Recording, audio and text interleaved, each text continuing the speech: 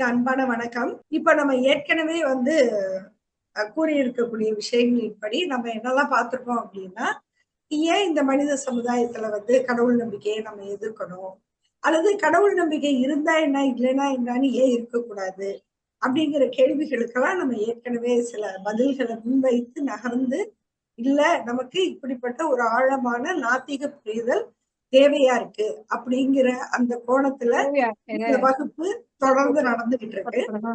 அதுக்கு பிறகு நம்ம என்ன பார்த்தோம்னா, ஏன் இப்படிப்பட்ட மனித சமூகத்தினுடைய ஒரு பரிணாம வளர்ச்சி, எப்படி மனித சமூகம் பரிணாம வளர்ச்சி அடைந்தது, ஒரு ஆண்டு கணக்கு, அப்புறம் அதுல எப்ப இந்த கடவுள் நம்பிக்கைங்கிறது எப்படி தோன்றி இருக்க முடியும் அப்படின்லாம் நம்ம பார்த்தோம். அப்புறம் போன அரங்குல ஒரு ஒரு சுவையான கேள்வியை நம்ம எழுப்பணும். எத்தனை பேர் போன அரங்குல கலந்துக்கிட்டவங்க தவிர மத்தவங்க யாராவது நான் இந்த கேள்விக்கு பதில் சொன்னா நல்லா இருக்கும்னு நினைக்கிறேன். உலகத்துல முதல்ல தோன்றியது கடவுளா இல்லைன்னா பேயா? போன அரங்கத்துல கலந்துக்கிட்டவங்க பதில் சொல்ல வேண்டாம். போன அரங்கத்துக்கு வராதவங்க, இல்லைன்னா போன அரங்கத்துல கடைசியா வந்தவங்க கூட பேசலாம். நம்ம தான் ரெண்டுமே நம்பிக்கை இல்லை தோழர். நம்ம எப்படி அதை தோன்றுச்சு அப்படின்னு நம்மளால நம்ப முடியும்? தோன்றுச்சுன்னா, அதாவது நான் என்ன சொல்றேன்னா, படைக்கப்பட்டதா அந்த கேள்விக்குள்ள நான் போகல. தோன்றுதல் அப்படிங்கிறது நம்பிக்கையை தான் நான் கேட்கிறேன். கடவுளா பேயான்னு நான் கேட்கல. கடவுள் நம்பிக்கையா பேய் நம்பிக்கையா? பயம் தான் ஃபர்ஸ்ட்ல வந்திருக்கும். சோ அதனால பேய் தான் இருக்கணும்னு சொல்லிட்டு என்னோட கருத்து தோழர். போன அமர்வுல நம்ம என்ன பார்த்தோம் அப்படின்னு சொன்னா, நம்பிக்கை முதல்ல தோன்றியது, பயம் முதல்ல தோன்றியது. அவர் நம்முடைய தோழர் ரொம்ப அருமையா சொன்ன மாதிரி பயம் முதலாவதாக தோன்றியது. அதனால பேய்கள் தான் முதல்ல, சாமியோற்றவங்க தான் முதல்ல வந்தாங்க. சாமியோற்றவங்க ஒரு பரிணாம வளர்ச்சியிலையோ அல்லது அதுக்கு அடுத்த கட்டமாகவோ கடவுள், அதை தொடர்ந்து பூசாரிகள்லாம் வந்தாங்க அப்படின்னு நம்ம பார்த்தோம். மதத்தை நிலைநிறுத்தியதுல மன்னர்களுடைய பங்கு பார்த்தோம். இதெல்லாம் கடந்து போயிருக்கக்கூடிய விஷயங்கள். இப்ப நம்ம இது எல்லாமே நம்ம இது வரைக்கும் பொதுவான விஷயங்களா தான் நம்ம பேசிட்டு வந்திருக்கோம். இப்ப குறிப்பாக நாம நம்முடைய வரலாற்றுக்குள் பயணப்பட இருக்கிறோம். இந்த படத்தை நீங்க எல்லாரும் பார்த்திருப்பீங்க. இது என்ன படம்னு தெரியுதா? இந்த படத்தை எல்லாரும் பார்த்திருப்பீங்க அடிக்கடி. இது என்ன படம்? சிந்து சமவெளி. சிந்து சமவெளியோட அந்த அகழ்வாராய்ச்சி படம் தான் உங்களுக்கு இப்ப ஸ்கிரீன்ல நீங்க பார்த்துட்டு இருக்கிறீங்க.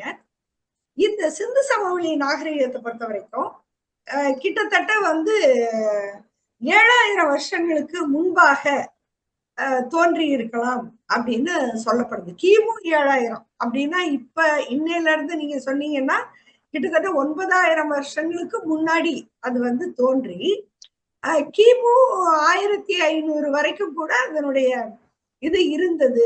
7000த்துல இருந்து பாத்தீங்கன்னா 600 கிமு 600 வரைக்கும் இந்த நாகரிகம் இருந்திருக்கணும். அதாவது அது ரொம்ப சிறப்பான ஒரு நாகரிகமாக அது இருந்தது.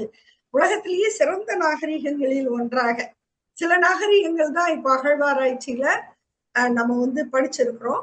அதுல மிக குறிப்பிடத்தக்க ஒரு நாகரிகமாக சிந்து சமவெளி நாகரிகத்தை நம்ம பார்த்திருக்கிறோம். பள்ளிக்கூடத்திலேயே எல்லாரும் படிச்சிருக்கோம்.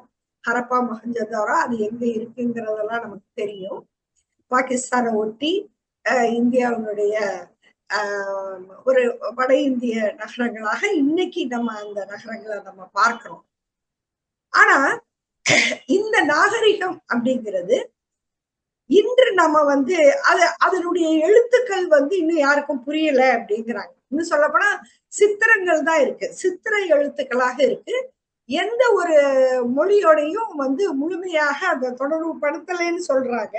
அதே சமயம் அது திராவிட நாகரிகம் தான் என்றும் தமிழர்களுடைய நாகரிகம் தான் அப்படின்னும் நம்முடைய தரப்புல இருந்து நிறைய ஆய்வறிஞர்கள் அதன் மீது உரிமை கோரக்கூடிய விஷயங்கள் எல்லாம் நாம பார்த்துட்டு இருக்கோம். இப்ப நம்மளை பொறுத்த வரைக்கும் ஒரு பெரிய ஆய்வுரையோ அல்லது இது ஒரு பெரிய ஆய்வரங்கமாகவோ நாம அதை நடத்தல.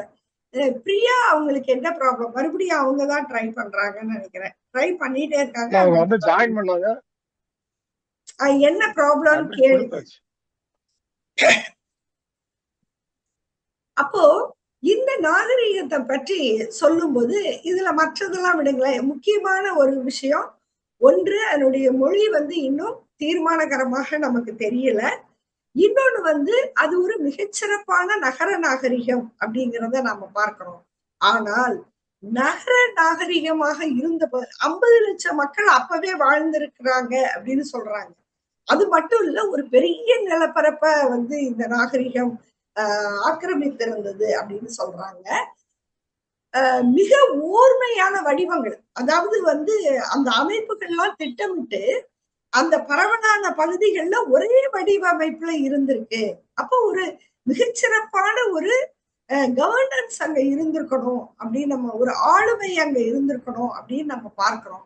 ஆனா ஒரு வியக்கத்தக்க உண்மை என்னன்னா, அவ்வளவு அந்த பகுதிகளை அடக்கி ஆண்ட ஒரு மத்திய அதிகாரம் இருந்தது போல அது அந்த நகர அமைப்புல அது இருக்கே ஒழிய, படைகளோ அல்லது அரண்மனைகளோ அந்த மாதிரியான கட்டடங்கள் அங்க இல்லை அப்படின்னு சொல்றோம். அதாவது ஒரு கைவினைஞர்கள், விவசாயிகள், வணிகர்கள் கொண்ட ஒரு சமூகமாக அது இருந்தது. ஆனா ஒரு பெரிய படை இருந்ததற்கான அடையாளம், அரண்மனைகள் இருந்ததற்கான அடையாளம் இதெல்லாம் இல்ல அப்படின்னு சொல்றாங்க. இப்ப நம்ம கீழடி அகழ்வாராய்ச்சியில கூட அங்க வழிபாட்டுக்கான தடயங்கள் தெரியல அப்படிங்கிறத நாம ஒரு விஷயமாக பேசிக்கொண்டிருக்கிறோம். அப்ப இப்படிப்பட்ட ஒரு நாகரிகம் நிலவி வந்த ஒரு மண்ணில் அது அவங்கதான் நம்மளோட அவங்க தொடர்புள்ளவங்களா அதெல்லாம் அந்த பஞ்சாயத்தெல்லாம் விடுங்க, அதெல்லாம் அப்புறம் பாத்துக்கலாம். ஆனா இப்படிப்பட்ட ஒரு மேம்பட்ட ஒரு நாகரிகம் இருந்து கொண்டிருந்த ஒரு பகுதி 600 கிமு 600ல வலுவிழந்திருக்கிறது. அதுக்கான காரணம் என்ன? சிந்து சமவெளி நாகரிகம் ஒரு தொய்வை சந்திக்குது, இல்லைன்னா அழிவை சந்திக்குது, கடைசியில காணாமலே போகுது இல்லையா? அதுல என்ன நடந்திருக்க முடியும் அப்படிங்கிற பல்வேறு விதமான ஒரு ஊகங்கள், கருத்துக்கள் இருக்கு. ஆனா இப்பதான் அந்த வேற வேற மாதிரி சொல்றாங்க. அதாவது ஒரு பெரிய தொற்று நோய் வந்திருக்கலாம், இயற்கை அழிவு ஏற்பட்டிருக்கலாம், அல்லது ஒரு ஒரு மெச்சூர்டான ஒரு சமூகம் தன்னுடைய சரிவை சந்தித்திருக்கலாம் அப்படின்லாம் பல்வேறு விதமான கருத்துக்கள் முன்வைக்கப்படுகின்றன. ஆனாலும் முதலாக வைக்கப்பட்ட கருத்து இன்னைக்கு அவங்க அந்த கருத்தை எப்படி வலிமையாக மறுக்கிறது அப்படிங்கிறதுக்கு நிறைய நூல்களை வெளியிட்டு இருக்கிறாங்க, நிறைய கருத்துக்களை சொல்லிக்கிட்டு இருக்கிறாங்க. ஆனாலும் முதலாவதாக வரலாற்றில் பதிவு செய்யப்பட்ட ஒரு கருத்து என்னன்னு கேட்டா, கைவர் கணவாய் வழியாக ஒரு நாடோடி கூட்டம் உள்ள வருது, அந்த கூட்டத்தோட ஒரு போர் நடக்குது அப்படின்னு சொல்றாங்க. ஒரு போர் நடந்து அதுலதான் இந்த நாகரிகம் முற்றிலுமாக அழிக்கப்பட்டு இருக்க வேண்டும் அப்படிங்கிற ஒரு கருத்து. அதுதான் முதலில் வைக்கப்பட்ட கருத்து. அடுத்த ஸ்லைடு போய், அதுதான் முதலில் வைக்கப்பட்ட ஒரு கருத்து. அப்போ அந்த இதுதான் முதல்ல சொல்லப்பட்டாங்க. அப்ப அவங்களே மேற்கத்திய அறிஞர்கள் இத உங்களுக்கு அந்த சிந்து சமவெளி நாகரிகத்தை கண்டுபிடிச்சதே ஐரோப்பியர்கள் தான். இன்னும் சொல்ல போனா நம்மளை ஆண்ட பிரிட்டிஷார் தான் அதை கண்டுபிடிக்கிறாங்க. அப்ப அவங்களுடைய அந்த ஆராய்ச்சியில அவங்க என்ன சொல்றாங்கன்னா, இங்க இருந்த மக்கள், சிந்து சமவெளியில இருந்த மக்கள், கருப்பு நிறத்தோலை கொண்ட மக்கள், இந்த வெளியே இருந்து வந்தவங்க வெண்மையான நிறத்தோலை கொண்ட மக்கள், அவர்கள் ஆரியர்கள். அவங்க எங்க இருந்து வந்திருக்காங்கன்னா, ஒரு மத்திய ஆசியால இருந்து வர்றாங்க. அதை அடுத்து பார்ப்போம், அவங்களுடைய பகுதி எங்க இருக்குன்னு பார்க்கலாம். ஆனா அதுக்கு முன்னாடி இந்த ஆரிய படையெடுப்பு கோட்பாடு அப்படின்னு சொல்லி அதைத்தான் முதல்ல நம்ம சொல்லப்பட்டது. அவங்க என்ன சொன்னாங்க, அவங்க வந்தாங்க, வந்தோன்னு ஏற்பட்ட பல்வேறு விதமான போர்கள்லதான் இந்த சிந்து சமவெளி மக்கள் அழிக்கப்பட்டிருக்கோம். இப்ப இந்த இடத்துல நம்ம இந்த முதல் ஸ்லைட்ல பார்த்த அந்த விஷயத்தை கூட கொஞ்சம் தொடர்புபடுத்திக்கிறோம். அது என்னன்னு கேட்டீங்கன்னா, அங்க ஒரு பெரிய படை இல்லைன்னு நம்ம பாக்குறோம் இல்லையா? ஒரு படையோ ராணுவமோ ஒரு அரண்மனை மாதிரியான ஒரு கட்டணங்களோ இல்ல அப்படின்னு நம்ம போன ஸ்லைட்ல பார்த்தோம். அப்போ அது ஒரு போர் சமூகமாக இல்ல அப்படின்னு கூட நம்ம புரிஞ்சுக்கலாம். ஒரு போருங்கிறத அந்த மக்கள் எதிர்பாராமல் இருந்தார்களா அப்படின்னு கூட நமக்கு தெரியல. ஆனா ஒரு போர் நடந்திருக்கிறது. இன்னைக்கு அது இல்லைங்கிறாங்க. இன்றைய வரலாறு எப்படி எழுதப்படுதுன்னா, இந்த ஆரியன் இன்வேஷன் அப்படின்னு சொல்லக்கூடாது அப்படிங்கிறாங்க. ஆரியன் இன்வேஷன் தியரின்னு சொல்லாதீங்க, ஆரியன் மைக்ரேஷன் தியரின்னு சொல்லுங்கன்னு சொல்லி அந்த கூற்றை வந்து மாற்றி எழுதுறாங்க. இன்னைக்கு நீங்க இது சம்பந்தமான தேடு கருவிகளை பயன்படுத்தி நீங்க தேடினீங்கன்னா, இப்ப உதாரணமாக சாட் ஜிபிடிலயோ ஜெமினி ஏஐலயோ இல்லைன்னா ரொம்ப வியப்புக்குரிய விதமாக என்சைக்ளோபீடியா மாதிரி வரலாறு சம்பந்தமான தனி தளங்கள் இருக்கு இல்லையா, அதுலயும் கூட போய் பார்த்தா நீங்க ஆரியன் இன்வேஷன் தியரி அப்படின்னு அடிச்சீங்கன்னா ஃபர்ஸ்ட் லைனே அந்த ஏஐ டூல் என்ன சொல்லுதுன்னா, யுவர் நீங்க வந்து அந்த ஆரியன் இன்வேஷன் தியரின்னு சொல்லாதீங்க, அது என்னன்னு சொல்லணும், ஆரியன் மைக்ரேஷன் தியரின்னு சொல்லணும் அப்படின்னு சொல்லி அது வந்து நம்மள கரெக்ட் பண்ணுது. கரெக்ட் பண்ணிட்டு தான் நம்ம உள்ள போக வேண்டியிருக்கு. சரியா? அது கரெக்ட் பண்ணிட்டு தான் நம்ம உள்ள, அந்த மாதிரியாக இன்னைக்கு ஒரு பரப்புரை நடைபெறுது. ஆனா அண்மையில பொன்னுலகம் பதிப்பகம் சார்பாக சுந்தர சோழன் அப்படிங்கிறவர் வந்து இங்க பாருங்க, உங்களுக்கு வந்து உடனே வந்து போடுற இதுல போட்டு காமிக்கிறாரு அவரு தோழர். அது வந்து ஆரியன் இன்வேஷன் தியரி அப்படின்னு சொல்லிட்டு, இது வந்து இன்னைக்கு இது ஃபுல்லா நான் வாசிக்கல, இந்த இது என்ன சொல்லுதுன்னு தெரியல. Gradual migration, however modern scholarship debates whether this was a violent invasion or gradual invasion அப்படின்னு இதுதான் இப்ப வருது. நீங்க என்ன கொடுத்தாலும் இதுதான் வருது. அப்ப ஆரியன் இன்வேஷன்ங்கிற அந்த வார்த்தைகளையே, அதாவது ஆரிய படையெடுப்பு அப்படிங்கிற சொற்களையே நீங்க பயன்படுத்தக்கூடாது. அதற்கு மாறாக ஆரியர்கள் மத்திய ஆசியாவிலிருந்து புலம்பெயர்ந்து வந்தார்கள், அதாவது வந்து மைக்ரன்ஸ்ங்கிறவங்க வேற, நீங்க வந்து இன்வேடர்ஸ்ங்கிறவங்க வேற. சோ நீங்க மைக்ரேஷன் அப்படிங்கிற வார்த்தையை தான் பயன்படுத்தணும் அப்படின்னு சொல்லி அவங்க வந்து தேங்க்யூ தோழர், கரெக்டா நீங்க வந்து மார்க் பண்ணி காமிக்கிறீங்க. இதேதான் நீங்க எந்த ஏஐ டூல பயன்படுத்துறாலும் இது மாதிரியாக உங்களை அது கரெக்ட் பண்ணுது. கரெக்ட் பண்ணி நீ இன்வேஷன் படையெடுப்புன்னு சொல்லாத, புலம்பெயர்ந்தல்னு சொல்லு அப்படின்னு சொல்லுது.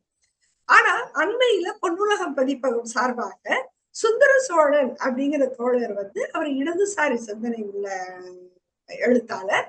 அவர் வந்து என்ன பண்ணி இருக்கிறாரு, ஒரு நூல் வெளியிட்டிருக்கிறார். நான் அந்த நூலை முழுமையாக படிக்கல, ஆனா அந்த நூல் பற்றிய முழுமையான ஒரு விமர்சன உரையை மட்டும் நான் கேட்டேன். அந்த நூல்ல அவர் என்ன சொல்றாருன்னா, நீங்க ரிக்வேத பாடல்கள், அது ஒரு 10 மண்டலம் இருக்குன்னு சொல்றாங்க இல்லையா, அந்த பாடல்கள்ல நீங்க படிக்க ஆரம்பிச்சீங்கன்னு சொன்னா எல்லாமே வந்து என்ன வருது அப்படின்னு சொன்னா, எங்களுக்கு வந்து எதிரிய அவங்க வந்து இந்திரன் தான் அவங்களுடைய முக்கியமான கடவுள். இந்திரன் தான் போர்க்கடவுள். இன்னும் சொல்லப்போனா இந்திரனுடைய வேலையே என்னன்னு கேட்டா, அவர் தான் குதிரையில வருவாரு. இந்திரனோட வேலையே என்னன்னு கேட்டா, அவர் போர் புரிகிறது தான், அவர் போர் தெய்வம். அதாவது ஒரு சமூகம் போர் புரிவதற்கென்றே ஒரு கடவுளை வணங்கக்கூடிய ஒரு சமூகம் படையெடுப்பில் ஈடுபடவில்லை, அந்த உள்ளூர் மக்களோடு போர் புரியவில்லை அப்படின்னு சொல்றத நாம எப்படி ஏத்துக்கிறது அப்படின்னு தெரியல. ரெண்டாவது, அந்த பாடல்கள்ல கிட்டத்தட்ட ஒரு 70% பாடல்கள் கூடவே இருக்கும்னு நினைக்கிறேன். பாடல்கள் வந்து போர் சம்பந்தமான பாடல்கள் தான். அவங்க கடவுள்கிட்ட வேண்டதே என்ன வேண்டுறாங்கன்னு சொன்னா, எங்களுக்கு போர் புரிவதற்கான ஆமா பிபிடிக்கு போயிடுங்க தோழர், போர் புரிவதற்கான வலிமையை கொடு, போர் புரிவதற்கான வலிமையை கொடு. அடுத்த ஸ்லைடு வந்து இதுல போர் புரியறதுக்கான திறமையை கொடு.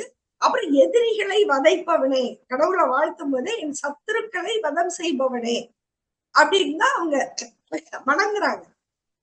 அப்போ அந்த பாடல்கள் எல்லாமே ஒரு போரே நடக்கலன்னு வச்சுக்கோங்களேன். இப்ப இந்த ஈவன் என்சைக்ளோபீடியா, வேர்ல்டு ஹிஸ்டரி என்சைக்ளோபீடியாவிலேயே என்ன போட்டிருக்காங்கன்னா, ஒரு பாசிவ் மெத்தட்ல அவங்க அந்த மக்களோடு கலந்தார்கள் அப்படின்னு போட்டிருக்காங்க.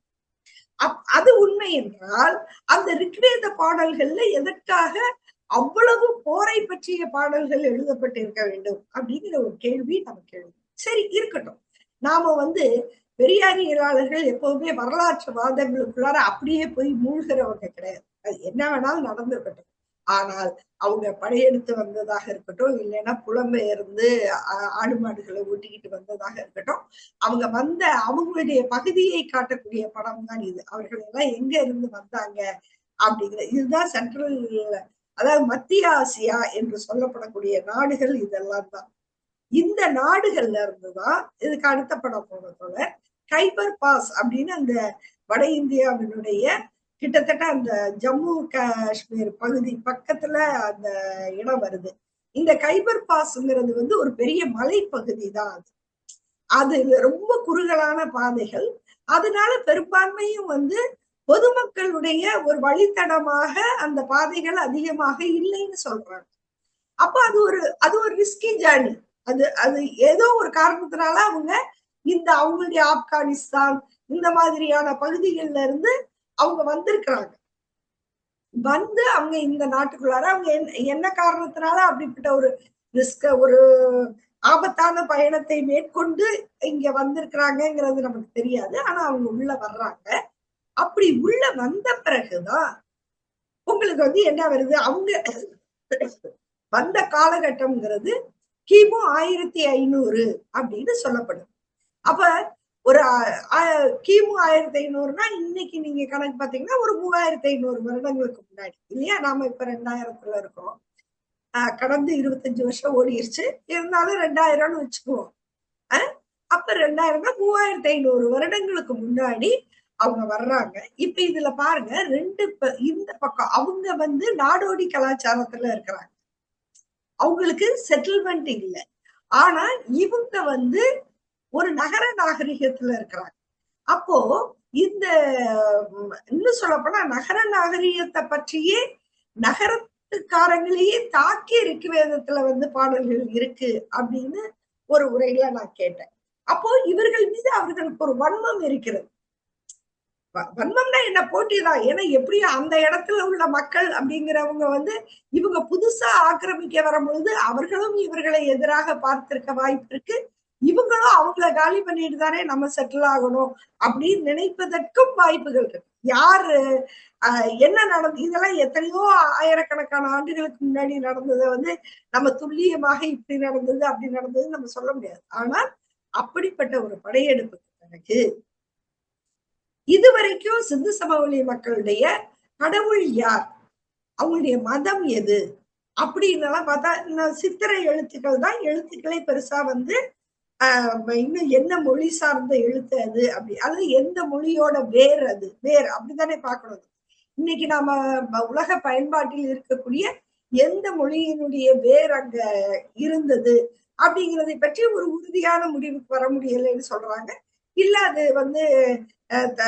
திராவிட மொழி குடும்பங்கள்ல ஒன்றாகத்தான் அது இருக்கணும் அப்படின்னு சொல்லுகின்ற ஒரு போக்கை நம்ம பார்க்கிறோம். ஆனா எப்படி இருந்தாலும் அங்கு வாழ்ந்த மக்கள் கருப்பு நிறமாக இருந்தார்கள், அவர்கள் திராவிடர்கள் அப்படிங்கிறது நம்ம ஆரம்பத்துல இருந்து படிச்சிருக்கோம். ரொம்ப முன்னாடி இருந்து அந்த உண்மையை நாம பார்த்துக்கிட்டு வந்திருக்கோம். இப்ப இந்த இடத்துக்கு வருவோம். நாம இந்த பின்னணியெல்லாம் சொன்னது எதுக்குன்னு சொன்னா, நம்ம இந்த கடவுள் மதம் அப்படின்னு வர்றப்போ ஏற்கனவே சிந்து சமவெளி மக்கள் மத்தியில ஒரு பெரிய கடவுள் நம்பிக்கை. அவங்களுடைய கடவுள் அப்படின்னு யார சொல்றது, அப்படி ஒரு கடவுள் அங்க இருந்ததா அப்படிங்கிற கேள்வி வருது. அப்போ ஒரு சிலர் என்ன சொல்றாங்கன்னா, யக்ஷ வழிபாடுன்னு ஒண்ணு இருந்ததுன்னு சொல்றாங்க. யக்ஷ அப்படிங்கிற ஒரு சொல்றாங்க. அந்த வழிபாடுங்கிறது வேற ஒண்ணும் இல்ல, இஷ்ட தேவதைன்னு இன்னைக்கு சொல்றாங்களே, இஷ்ட தேவதைய பூஜை பண்றது அப்படின்னு. அதாவது விரும்பி அந்த இஷ்ட தேவதை யாரா வேணாலும் இருக்கலாம். இப்ப இவங்க கற்பனையா வச்சுக்கிட்ட ஒரு கடவுள் சக்தியாக இருக்கலாம், இல்லைன்னா இவங்க விரும்பின யாராவது ஒருத்தரா இருக்கலாம், இறந்து போன முன்னோர் வழிபாடா இருக்கலாம். ஆனா அவங்களுடைய வழிபாடுகள் எதுவுமே ரொம்ப பெரிய விஷயங்களுக்குள்ளார போகல. பெரிய விஷயம்னா நான் எதை சொல்றேன்னா, இந்த உலகம் எப்படி உருவாக்கப்பட்டது, காலம் எப்படி உருவாக்கப்பட்டது, இது மாதிரியான அதாவது ஒரு மனிதனை குழப்பத்தில் ஆழ்த்தக்கூடிய கேள்விகள் இருக்கு பாருங்க. அந்த கேள்விகள்ல இருந்துதான் கடவுள் நம்பிக்கையை நோக்கி மத நம்பிக்கையை நோக்கி மனிதர்கள் நிறைய போயிருக்கிறாங்க. அந்த கேள்விகள் ஒரு காரணம். அந்த கேள்விகளுக்கு அறிவியல் ரீதியாக அதை எழுப்பி பதில் தேடிய நூற்றாண்டு வந்து பின்னாடி வருது. ஆனா முதல்ல அதை அவங்க வந்து ஒரு ஒரு மாய கருத்தா பாக்குறாங்க. இதெல்லாம் என்னங்கிற குழப்பம். அப்போ அது சம்பந்தமான ஆராய்ச்சி இவங்கள்ட்ட அதிகம் இல்ல. சிந்து சமவெளி மக்கள் மத்தியில அது அதிகம் இல்லைன்னு சொல்றாங்க. அதற்கு மாறாக அவங்களுடைய வழிபாடு ரொம்ப எளிமையான வழிபாடு. ஏதோ ஒரு இஷ்டமான ஒரு தேவதைய பூஜிக்கிறது, சின்ன சின்ன ஒரு தெய்வங்களை வணங்குறது, வணங்கி எனக்கு வந்து நல்ல ஆரோக்கியத்தை கொடு, எனக்கு சாப்பாடு கொடு, இந்த மாதிரி. அதாவது தங்களுடைய ஒரு அன்றாட தேவைகளோட சம்பந்தப்பட்ட ஒரு வழிபாடு. எனக்கு இது நடக்கணும் அப்படிங்கிற மாதிரி மனிதர்களுடைய வாழ்க்கை தேவைகள் சார்ந்த ஒரு வழிபாடு தான் இருந்திருக்கணும். மற்றபடி இந்த ஒரு மௌடீக கருத்துகள் உருவான ஒரு மதம்ங்கிற கட்டமைப்புக்குள்ளார பின்னாடி ஒரு பெரிய மத கட்டமைப்புக்குள்ளார போன கருத்துக்கள் அந்த மக்கள் மத்தியில இல்ல. அதற்கு மாறாக அப்படிப்பட்ட ஒரு பெரிய ஆனா அவங்கள்ட்ட சில சடங்குகள் இருந்திருக்கலாம்னு சொல்றாங்க. இப்ப உதாரணமாக அவங்க இஷ்ட தேவதைய வேண்டும் போது இந்த நெருப்பு இதெல்லாம் பயன்படுத்தி இருக்கலாம். அதுல வந்து ஒருவேளை காணிக்கைகள் கொடுத்தாங்களான்னு நமக்கு தெரியல. ஆனா ஒரு ஒரு ஏதோ சில சின்ன சின்ன சடங்குகள் அவங்க அந்த சொல்றாங்கல்ல, அந்த பெரிய குளம் கண்டுபிடிக்கிறாங்கன்னு சொல்றாங்க இல்லையா, அந்த ஹரப்பா மொஹஞ்சதாரோல கூட. அப்ப அந்த மாதிரியான குளங்கள் கூட சில நீர் சம்பந்தப்பட்ட சில சின்ன சின்ன சடங்குகள் செய்வதற்கு அவங்க அதையெல்லாம் பயன்படுத்தி இருக்கலாம் அப்படின்னு சொல்லக்கூடிய ஒரு கூற்றை நம்ம பார்க்கிறோம். இவங்க இந்த நாடோடி கும்பல் வந்தவங்க என்ன பண்றாங்க, அத ரெண்டையும் வந்து மிக்ஸ் பண்ணி எப்பவுமே அந்த கலப்பு நிகழாம இருக்காது. அப்ப அவங்கள்ட்ட இருக்கக்கூடிய சடங்குகள் என்கின்ற முறையையும் அவங்க எடுத்துட்டு இருக்கலாம். எடுத்துக்கிட்டு அவங்க என்ன மாதிரி ஒரு மதத்தை உருவாக்கினார்கள், அந்த வேத காலம் என்று சொல்லப்படுகின்ற அடுத்த ஸ்லைடு, வேத காலம் என்று சொல்லப்படக்கூடிய அந்த காலத்துல இதெல்லாம் தான் நான் சொல்லிட்டேன். யக்ஷர்கள், பலிகள், ஏதோ சில சின்ன சின்ன சடங்குகள் அவங்க வாழ்க்கையில இருந்திருக்கலாம். ஆனால் அண்டம் பற்றிய கருத்து, இந்த அண்டத்தை வந்து யார் இயக்குறா, அல்லது ஏதோ ஒரு ஒரு பிரம்மாண்டமான சக்தி இருக்கணும், அந்த மாதிரி எல்லாம் சொல்லக்கூடிய ஒரு கருத்து வந்து அந்த மக்களுடைய வழிபாட்டு முறையில இல்லை. ஆனால் அதற்கு மாறாக வேத காலம் எதை கொண்டு வந்து நிரப்புகிறது அப்படிங்கிறத நாம இங்கே பார்க்கணும். அடுத்த ஸ்லைடு. வேத கோட்பாடு அப்படிங்கிறது வந்து ஒரு சில ஆராய்ச்சியாளர்கள் நமக்கு என்ன சொல்றாங்கன்னா, இந்த நாடோடி கூட்டம் வரும்போது அவங்க அந்த கோட்பாடை ஏற்கனவே அவங்க கிட்ட வச்சிருந்தாங்க, அதை அவங்க கொண்டு வந்தாங்க. ஏன்னு கேட்டா இந்த கோட்பாடு இவங்க சொல்லி இருக்கக்கூடிய இந்த வேத கால நம்பிக்கைகள், அவங்க ஒரு பெரிய சில விஷயங்களை முன்வைக்கிறாங்க. இயற்கைகளுக்கு வந்து ஒரு பெரிய கடவுள் வடிவத்தை அவங்க கொடுக்குறாங்க. சின்ன சின்ன அந்த சிறு தெய்வ வழிபாடு அப்படிங்கிறதுல இருந்து மாறி ஒரு பிரம்மாண்டமான கடவுளை அவங்க வந்து கொண்டு வர்றாங்க. சர்வசக்தி வாய்ந்த, நம்மளால புரிஞ்சுக்கவே முடியாத கடவுள் பற்றிய கற்பனைகள் அங்க வருது. அப்ப அது எல்லாமே என்ன சொல்லப்படுது அப்படின்னா, இன்னைக்கு இருக்கக்கூடிய ஈராக், சிரியா, துருக்கி ஆகிய நாடுகள்ல ஒரு மிட்டானி அப்படின்னு சொல்லக்கூடிய ஒரு ராஜ்யம் இருந்தது. மிட்டானிங்கிறது அந்த ராஜா பேரு அப்படின்னு நினைக்கிறேன் நானு. அந்த காலகட்டத்துல இந்த மத நம்பிக்கைகள் அங்க உருவானது. அந்த நம்பிக்கைகளோட அவங்க இங்க உள்ள வந்தாங்கன்னு சொல்றோம். சோ இந்த வேத கால நம்பிக்கைகளை வந்து அவங்க கேரி ஓவர் பண்ணிட்டு வந்தாங்க, வெளியே இருந்து உள்ள கொண்டு வந்தாங்க அப்படின்னு சொல்றாங்க. அது இப்ப இவங்க வந்து இவங்க 1500 இருந்து வர ஆரம்பிக்கிறாங்க. சிந்து சமவெளி நாகரிகம் வந்து கிட்டத்தட்ட கிமு 600 முற்றிலுமாக மறைந்து போகுது. அப்ப கிட்டத்தட்ட பாத்தீங்கன்னா ஒரு 900-1000 வருஷம் வந்து ஆயிருக்கு. இந்த ரெண்டு சமூகங்களுக்கு இடையே ஏதோ ஒரு வித வடிவத்துல ஒரு போராட்டம் நடந்து அதுல வந்து இந்த ஏற்கனவே செட்டில்டு நாகரிகத்துல இருந்த இந்த சமூகம் தன்னை இழந்திருக்கிறது, மறைந்திருக்கிறது அப்படிங்கிற ஒரு வரலாறை நாம இங்கு சொல்லணும். இப்போ நான் இது சொல்லும்போது ஒண்ணு சொல்றேன். இப்ப இந்த வரலாறு என்னவா இருந்தா என்ன அப்படின்னு நம்ம கேட்கலாம். இப்ப உதாரணமாக இந்த சுந்தர சோழன் எழுதின புக்கை பத்தி நான் குறிப்பிட்டேன் இல்லையா, ரிக்வேத சமூகம் அப்படிங்கிற ஒரு புக்கை வந்து அவரு எழுதியிருக்கிறாரு. அதுல அவர் வந்து ஒரு போர் நடந்திருக்கணும், அது வந்து படையெடுப்பு தான் அப்படின்னு சொல்லி அவர் அதை நிரூபிச்சிருக்கிறார் அந்த புக்ல அப்படின்னு சொல்லி ஒரு உரை தான் நான் கேட்டேன். அப்போ அந்த உரையை நிகழ்த்தியவர் வந்து யாருன்னு கேட்டா, உங்களுக்கு சாக்ரட்டிஸ் ஸ்டுடியோ அப்படிங்கிற ஒரு யூடியூப் சேனல், நீங்க எத்தனை பேர் தெரிஞ்சிருக்கீங்கன்னு எனக்கு தெரியாது. அந்த யூடியூப் சேனல்ங்கிறது ஒரு தத்துவ விளக்கங்களுக்காக நடத்தப்படுகின்ற ஒரு யூடியூப் சேனலாக இருந்து வருகிறது. உண்மையாவே அவர் நிறைய விஷயங்களை வந்து டீல் பண்றாரு. அவரு தான் இந்த நூலையும் வந்து அறிமுகப்படுத்தி அவர் என்ன சொல்றாருன்னு சொன்னா, இந்த மாதிரி அவர் சொல்றாரு, ஒரு போராட்டம் நடந்தது, போர் நடந்திருக்கணும் அப்படின்னு அவரு கிட்டத்தட்ட நிரூபிக்கிறாரு. அப்படின்னு அவரே சொல்றாரு, அடிச்சு நொறுக்கிட்டு போறாரு அப்படின்னு சொல்றாரு. இதுக்கு எதிரான வாதங்களை அவரு தரவுகள் மூலம் அடிச்சு நொறுக்குறாரு அப்படின்னு சொல்றாரு. அப்படி சொல்லிட்டு அவர் அந்த உரையை முடிக்கும் போது என்ன சொல்றாருன்னா, இதெல்லாம் இருக்கட்டும், ஆனா இன்னைக்கு நம்ம எப்படி பார்க்கணும் அப்படின்னு சொன்னா, அன்னைக்கு நடந்ததை வச்சு நீயும் நானும் பகைன்னு பார்க்க கூடாது. அதற்கு மாறாக நாம இன்னைக்கு பிறப்புக்கும் எல்லா உயிருக்கும்ங்கிற தமிழ் மரபுல இருந்து பார்க்கணும்னு சொல்றாரு. முரளி அப்படிங்கிறவர் தான் அந்த பேராசிரியர், அவர் அதுல எடுக்கிறாரு. எனக்கு என்ன இந்த இடத்துல சொல்ல வர்றதுன்னா, உண்மை நம்ம வந்து நம்மளும் ஒரு 3500 வருஷத்துக்கு முன்னாடி உள்ள ஒரு வரலாறை இப்போது ஏன் சொல்லுகிறோம் அப்படின்னு சொன்னா, அவர்கள் இன்னும் சொல்லிக் கொண்டிருக்கிறார். அதுதான் இங்க வந்து முக்கியமான விஷயம். அவர்கள் இன்னும் சொல்லிக் கொண்டிருக்கிறார். இப்போ பெரியார் இந்த இடத்துல சொல்லுவார், அப்போ 3500 வருஷங்களுக்கு முன்னாடி ஆரியர்கள் இந்த மண்ணுக்குள்ள வந்தாங்க, இங்க வந்து திராவிடர்கள் வாழ்ந்துட்டு இருந்தாங்க, அப்ப அவங்க படையெடுத்தாங்க அப்படின்லாம் நம்ம பேசுறோம். இன்னைக்கு இருக்கக்கூடிய பார்ப்பனர்கள் வந்து அந்த ஆரியர்களுடைய வழி வந்தவர்கள், நம்ம வந்து திராவிடர் வழி வந்தவர்கள் அப்படின்னு நம்ம சொல்றோம் அப்படின்னு சொன்னா, பியூரா வந்து அந்த ஆரிய ரத்தம் வந்து எங்க உடம்புல கலக்கவே இல்லைன்னு நம்மளும் சொல்ல முடியாது. நம்முடைய ரத்தம், அதாவது திராவிடர்கள் ரத்தம் ஆரியர்கள் உடம்புல கலக்கவே இல்லை அப்படின்னு சொல்ல முடியாது. ரத்த கலப்பெல்லாம் கண்டிப்பாக ஏற்பட்டாச்சு. எத்தனையோ வந்து ஆண்டுகள் கடந்தாச்சு. ஆனால் என்ன கலக்கவில்லை என்று சொன்னால் மனநிலை கலக்கவில்லை. இன்றும் அது உயர்வானது, அந்த வேதிக் பீரியட் தான் உயர்வானது என்று சொல்லுகின்ற ஒரு மரபை நாம் பார்க்கிறோம். நான் கூட நிறைய இதுக்கு முன்னாடி உள்ள கூட்டங்களையும் சொன்னேன். எதற்காக அந்த சமூகத்தை இன்னைக்கு வரைக்கும் உயர்த்தி பிடிக்கிறாங்க?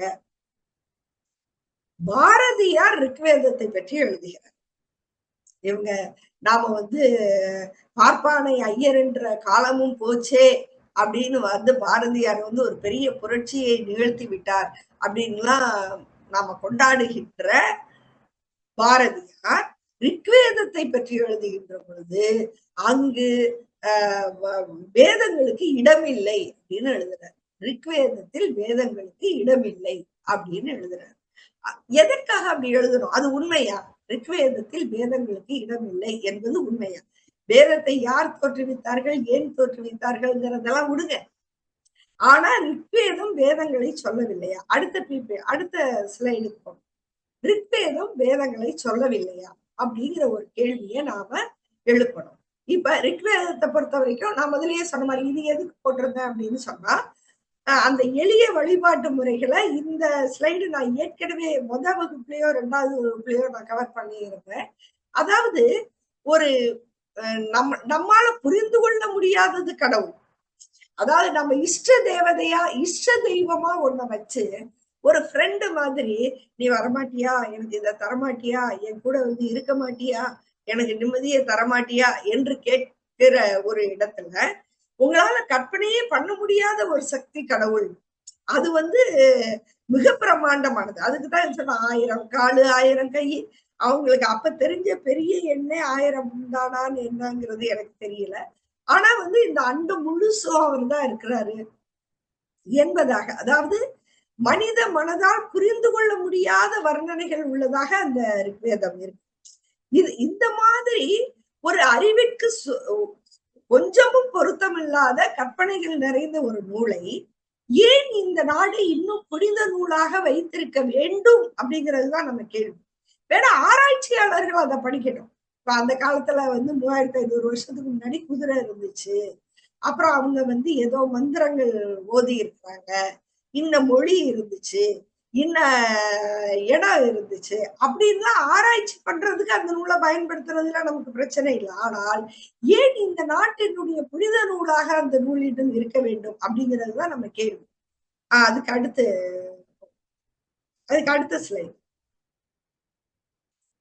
இப்போ ரிக்வேதத்தினுடைய இது நம்ம அநேகமாக நிறைய இடங்கள்ல நம்ம கோட் பண்ணக்கூடியதுதான். ஆனா இதை தெளிவாக குறிச்சுக்கோங்க. புருஷ சுத்தம் அப்படிங்கிற அதிகாரத்தில் அந்த அதிகாரத்தினுடைய எண் கொடுக்கப்பட்டிருக்கு 10.90.12. இது அந்த எண், அந்த சூத்திரத்தினுடைய செய்யுளுடைய எண், இங்கு வரிசை எண் இங்கு குறிப்பிடப்படுகிறது. இதுல மிக தெளிவாக கடவுளின் அங்கங்களிலிருந்து மனித இனம் தோற்றுவிக்கப்பட்டது என்றும், அது எல்லாம் ஒரே இடத்துல இருந்து வராம, அது எந்த இடத்துல பெரியார் சொன்ன மாதிரி குழந்தை பிறக்கணுமோ அந்த இடத்தை தவிர மத்த எல்லா இடமும் சொல்லப்பட்டிருக்கு. பிரம்மனோட தலையில இருந்து பிராமணனும், அவன் தோளில் இருந்து சத்திரியனும், அவன் தொடைகளில் இருந்து வைசியனும், அவன் பாதங்களில் இருந்து சூத்திரனும் தோன்றினார்கள். இதுக்கு அடுத்த 5வது வர்ணம் ஒண்ணு வருது, அத நம்ம பின்னாடி பார்ப்போம். இப்ப இந்த 4 வருணமும் அடுத்த ஸ்லைடு மிக தெளிவாக என்ன சொல்லுது அப்படின்னு சொன்னா, சமுதாயத்தை வேதமாகத்தான் ரிக்வேதம் பார்த்தது. இப்ப என்னுடைய கேள்வி என்னன்னா, ரிக்வேதம் வேதப்படுத்தியது கூட எனக்கு பிரச்சனை இல்லை. அது 3500 வருஷத்துக்கு முன்னாடி நடந்தது, அதை விடுங்க. நம்ம பேராசிரியர் முரளி சொல்ற மாதிரி நம்ம இன்னைக்கு வள்ளுவன் அதுக்கு பிறகு இப்ப சமீபத்துல அண்மையில ஒப்பிடும் போது, அண்மை காலத்துல நமக்கு பிறப்புக்கும் எல்லா உயிருக்கும்னு பாடிட்டு போயிட்டாரு அப்படின்னு சொன்னா, ரிக்வேதத்தை நீங்க எலிமினேட் பண்ணி இருக்கணும்ல, அதுதானே மரியாதை. ஆனால் ஏன் பாரதியார் போன்ற முற்போக்காளர்கள் என்கின்ற பட்டங்கள் வாங்கியவர்கள் ரிக்வேதத்தில் வேதம் இல்லை என்று சொல்ல வேண்டிய அவசியம் இல்லை. ரிக்வேதத்தில் வேதம் தெளிவாக இருக்கின்ற பொழுது அதை கூட நான் குற்றப்படுத்தல, அது விடுங்க. இத்தனை 1000 ஆண்டுகளுக்கு முன்னாடி என்ன நடந்ததோ நடந்துட்டு போகட்டும். ஆனா இன்று ஏன் நீங்கள் அதை புனித நூல்னு சொல்றீங்க? இன்று ஏன் அதன்படிதான் எல்லாம் இருக்கிறது என்று சொல்றீங்க? இதுல ரொம்ப அடிப்படையாக உங்களுக்கு அவயங்களை வச்சு நீங்க மனிதர்களை ஒப்புமைப்படுத்தி, தலை உயர்ந்தது கால் தாழ்ந்தது அப்படிங்கிற அந்த அர்த்தத்துல நீ கால்ல பிறந்தவன், நீ அப்போ நான் முன்னாடியே உங்களுக்கு ஒரு கருத்து சொன்னேன். மன்னர்கள் கடவுளை வைத்துதான் என்ன பண்றாங்க, மக்களை ஆளுகிறார்கள். நம்ம பார்த்தோம், மன்னர்கள் தங்களை கடவுளோட பிள்ளைன்னு சொல்லிக்கிட்டாங்க. அப்படியெல்லாம் சொன்னாதான் அவங்களுக்கு ஒரு ஹை கமாண்ட் கிடைச்சது மக்கள்கிட்ட. அதை நம்ம ஏற்கனவே சொன்னோம். அப்புறம் மன்னர்கள் எப்படி கடவுளை உருவாக்குனாங்கன்னு கூட போன கூட்டத்துல நம்ம சொன்னோம். என்ஹெட்வானா அப்படிங்கிற பெண் ஒரு இளவரசியை பத்தி கூட அந்தமா ஒரு மத குரு அந்தமா என்ன பண்ணாங்கன்னு நம்ம பார்த்தோம். ஆனால் இப்போ நம்ம என்ன சொல்ல வர்றோம் அப்படின்னு சொன்னா, கடவுளையே வைத்து கடவுள் தோற்றுவிக்கும் போதே உன்னைய இழிவாதான் தோற்றுவிச்சிருக்கிறாரு, என்னைய உயர்வான இடத்துல இருந்து கொண்டு வந்திருக்கிறாரு. நான் உயர்வானவன், எனக்கு அடுத்து தோல்ல இருந்து வந்தவன், அதுக்கு அடுத்து தொடையில இருந்து வந்தவன், அதுக்கடுத்து கால்ல இருந்து வந்தவன் என்று நீங்க வகைப்படுத்தியதன் மூலமாக இதுக்கு பின்னாடிதான் சாதி அமைப்பு வருது. ஆனால் சாதி அமைப்பினுடைய வேத நிலைக்கு எது அடிப்படை ஆதாரமாக இருக்கிறது என்று சொன்னால் 4 வருணம் என்பது. அப்ப கடவுளையே ஒரு கேரக்டரா நீங்க பின்னாடி கொண்டு கிருஷ்ணன் மாதிரியான ஆட்களை நிறுத்தி 4 வருணத்தையும் நானே படைத்தேன் அப்படின்னு சொல்ல வைக்கும் பொழுது, அந்த வேத நிலை ஒரு மிகப்பெரிய சக்தியோடு மக்களை அழுத்துகிறது. மக்கள் அதை தாங்களே ஏற்றுக்கொள்ளுகின்ற ஒரு சூழ்நிலையில் நாம பார்க்கிறோம். அடுத்தது, எனவே ரிக்வேத காலத்துல சாதிங்கிறது நமக்கு தெளிவாக அங்க புலப்படலைனாலும் 4 வருணங்கள் அப்படிங்கிறது கண்டிப்பாக அதுல வருது. அடுத்து இருக்கா? அடுத்து இல்ல இல்ல, இல்ல இல்ல ஸ்லைடு முடிஞ்சதுமா? Right, okay. இப்ப இதுல இன்னொரு முக்கியமான விஷயத்த நான் சொல்லணும். இந்த வேதங்கள் இல்லைன்னு சொன்னது மட்டும் இல்லைங்க, ரிக்வேதத்துல சரஸ்வதி நதின்னு ஒரு நதி வந்து சொல்லப்பட்டிருக்கு. ரிக்வேதத்துல ஸ்கிரீன் ஆஃப் பண்ணிடுங்க, ஸ்கிரீன் ஷேர் நிப்பாட்டிடு போதும் எடுத்த. இந்த இதுல ரிக்வேதத்துல சரஸ்வதி நதி அப்படின்னு ஒண்ணு சொல்லப்படும். இதுல என்னன்னு கேட்டா, சரஸ்வதி நதின்னு வந்து அங்க எந்த நதியுமே இல்ல, இன்னைக்கு தேதிக்கு இல்ல. இப்ப என்ன சொல்றாங்கன்னா, ஏதோ ஒரு பகுதியில பாகிஸ்தானுக்கு அந்த பக்கம் உள்ள ஒரு பகுதியில வந்து ஒரு நதி, பெரிய நதி இருந்து அது வறண்டு போனதற்கான அடையாளங்கள் இருக்கு அப்படிங்கிறாங்க. அப்ப அது சரஸ்வதி நதியா இருக்கும் அப்படின்னு சொல்றாங்க. அப்படி சொன்னா கூட நமக்கு அது வந்து பிரச்சனை இல்லை. சரி, ஆமா, அவன் ஏதோ ஒரு நதியை பார்த்து பாடி இருக்கான். ரிக்வேதத்துல இந்த சரஸ்வதி நதியை பத்தி கிட்டத்தட்ட 50 இடங்கள்ல வருதுன்னு சொல்றாங்க. சரி, ஏதோ ஒரு நதி ஓட போய் தானே பாடி இருக்கணும், அதனால ஏதோ ஒரு நதி இருந்துச்சு, அது அவர் சரஸ்வதி நதி அப்படின்னு வச்சு அந்த சமூகம் பாடி இருக்கு. இப்ப சிலர் என்ன சொல்றாங்கன்னா, ஆமா, அந்த பக்கம் அவங்க வந்த அந்த ஆப்கானிஸ்தான், பாகிஸ்தான் அந்த பாதைகள்ல ஒரு நதி, பெரிய நதி ஓடி வறண்டு போனதுக்கான சில அடையாளங்கள் இருக்குன்னு சில ஆதாரங்கள் சொல்றாங்க. சொல்லிட்டு போறோம், நமக்கு அதை பத்தி ஒண்ணு. ஆனால் அந்த நதியை இந்தியாவுக்குள்ள தேடிக்கிட்டு இருக்காங்க. அந்த நதி எங்க இருக்கு அப்படின்னா, இந்தியாவுக்குள்ள தேடுறது மட்டும் இல்ல, இப்ப அந்த நதியை வந்து அதனுடைய அதை பற்றி ஆராய்ச்சி பண்றதுக்கு நம்ம எப்படி சமஸ்கிருதத்துக்கு நிதி ஒதுக்குறாங்களோ, மேடம் கோமதி, தோழர் கோமதி வந்து போன கூட்டத்துல சொல்லியிருந்தாங்க, நமக்கு அமர்வுல குழுவுல கூட போட்டிருந்தாங்க, இன்னைக்கு வந்து தவளைகளை வச்சு ஆராய்ச்சி பண்றதுக்கு இது பண்றோம், ஏன்னா தமிழனுடைய ஒளியை வச்சு மழையை கண்டுபிடிக்க முடியுமா அப்படின்னு ஒரு ஆராய்ச்சி. நாம அதை தாண்டி எவ்வளவோ வளர்ச்சிக்கு வந்துட்டோம். எனக்கே ஞாபகம் இருக்கு, சின்ன பிள்ளைல தவளை கத்துனா, தவளை கத்துற சத்தம் கேட்டோன்னு வீட்டுல சொல்லுவாங்க, தவளை கத்துது, மழை வரப்போகுது அப்படின்னு. ஆனா அது வானிலை அறிவிப்புக்கான இத்தனை கருவிகள், இத்தனை சாதனங்கள் கண்டுபிடிப்பதற்கு முன்னால் நாம் பயன்படுத்திய ஒரு அறிகுறிகள், இயற்கையான சில மொழிகளை நம்ம மனிதர்கள் கேட்டு வளர்ந்திருக்கிறார்கள், இல்லைன்னு சொல்ல முடியாது. ஆனா அதுக்கு இன்னைக்கு ஒரு ஆராய்ச்சி அப்படின்னு அவங்க செலவு பண்றதும், இந்த இல்லாத சரஸ்வதி நதியை அவங்க ஏன் கொண்டு வர்றாங்க, இந்த சரஸ்வதி நதிக்காக இன்னைக்கு ஏன் ஆராய்ச்சி கொடுக்குறாங்க அப்படிங்கிறப்போ, இந்த வேத காலம், வேதிக் பீரியட், இதை பற்றிய ஒரு குளோரிபிகேஷன், அதை அந்த பழமையை போற்றுவதன் மூலமாக உண்மையில அதனால யாருக்கு என்னலாம், எதை நீ வந்து கொண்டு வரணும்னு நினைக்கிறேன். அதாவது இன்னைக்கு வந்து நமக்கு தெரியும், இன்னைக்கு திருப்பரங்குன்றத்துல இந்த வாரம் முழுவதும் நடந்து கொண்டிருக்கக்கூடிய பல்வேறு சம்பவங்களை நம்ம பார்த்துக்கிட்டு தான் இருக்கோம். அந்த இந்த தீர்ப்பு கொடுத்த நீதிபதி ஜி.ஆர். சுவாமிநாதன் வந்து சனாதன தர்மம் தான் சரியான தர்மம் அப்படின்னு சொல்லி, சனாதன தர்மம் தான் சரியான தர்மம் அப்படின்னு சொல்லி பேட்டி கொடுக்கிறார், உரை பொதுக்கூட்டங்கள்ல பேசுறார். அது மட்டும் அப்படி தவறாக தீர்ப்பு கொடுத்த விஷயங்களையும் மேற்கோள் காட்டுறார். கொலை செஞ்சவனையே விட்டுட்ட, நான் தப்பிக்க விட்டேன் அப்படின்னே அவர் வந்து சொல்லக்கூடிய விஷயங்களை எல்லாம் நம்ம பார்க்கிறோம். அப்போ இங்க நம்ம என்ன சொல்ல வரோம்னா, எதுக்கு இந்த வரலாறை நம்ம படிக்கிறோம்?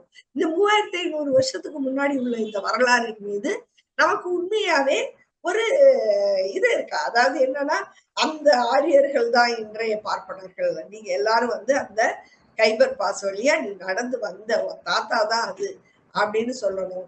நம்ம எல்லாம் வந்து அதுக்கு அந்த கூட்டத்துக்கு சம்பந்தமே இல்லாத சாரி, இந்த மண்ணுல இருந்து தோன்றியவர்கள், நமக்குள்ளார எந்த கலப்பும் வரல அப்படின்னு நம்ம சொல்லல.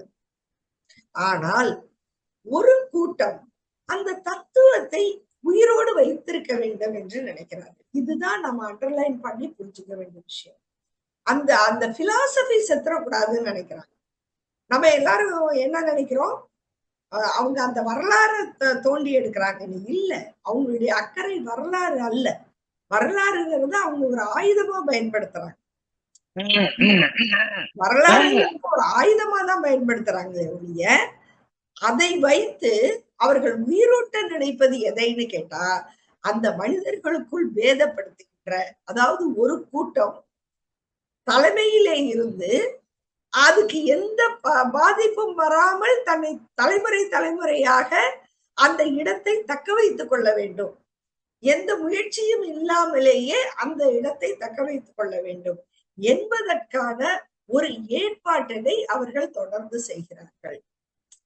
இதற்காக தான் நாமும் இந்த ரிக்வேதத்தை பத்தி படிக்க வேண்டியிருக்கு, அதை எடுத்து சொல்ல வேண்டியிருக்கு. இதுதான் வரலாறு அப்படின்னு நம்ம சொல்ல வேண்டியது. இனி இந்த வேதிக் பீரியட்ல அதற்கு பிறகு இன்னும் ஆழமான இந்த வர்ண பாகுபாடுகள் கொடுமைகள் நிறைகிறதுனாலதான் உங்களுக்கு பாருங்க என்ன ஆகுதுன்னு சொன்னா, ஒரு கட்டத்துல மிக அதிகமான வெகு மக்கள் துன்பப்படுகின்ற ஒரு சூழல் வருகிறது.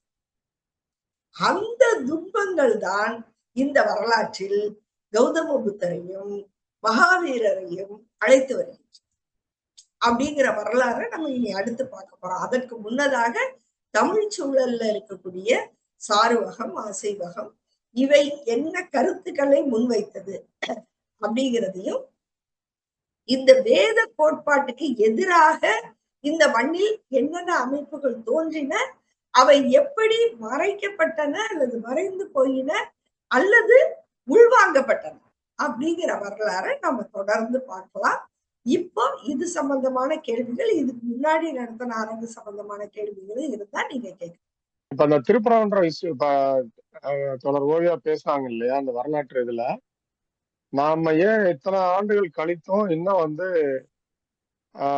ஆரியர்கள் திராவிடர்கள் நம்ம பிரிச்சு பார்க்க வேண்டிய தேவை வருது அப்படின்னா, ஆரியர்கள் இன்னும் புனிதமானவங்க, தாங்க உயர்ந்தவங்க, மற்றவங்க எல்லாம் அவங்களுக்கு கீழே அப்படின்ற கருத்தை இன்னும் பிடிச்சிட்டு இருக்கிறதுனால அதை அவங்க அதிகாரங்களா பயன்படுத்துறதுனாலதான் நம்ம அதை மறுபடியும் நம்ம அவங்க வேறன்னு சொல்ல வேண்டிய இடத்துக்கு வர்றோம். நம்ம இப்ப கோயில் அர்ச்சகர்கள், அனைத்து ஜாதி அர்ச்சகர்கள்லாம் இல்ல நீங்க எல்லாம் அதுக்கு தகுதியானவங்க இல்ல, நாங்க தான் பிரம்மன் தலையில இருந்து வந்தா, நாங்க பிராமணர்கள், ஆகம விதிப்படி எங்களுக்கு தான் உரிமை இருக்கு அப்படின்னு சொல்லி ஒரு கட்டத்துல சொல்றாங்க. அப்புறம் பார்த்தா அந்த சனாதன தீர்ப்பு சட்டம், அரசியல் சட்டத்துப்படிதான் ஒரு நீதிபதி அரசியல் சட்டத்துப்படி பதவி பிரமாணம் எடுத்துக்கிறாரு.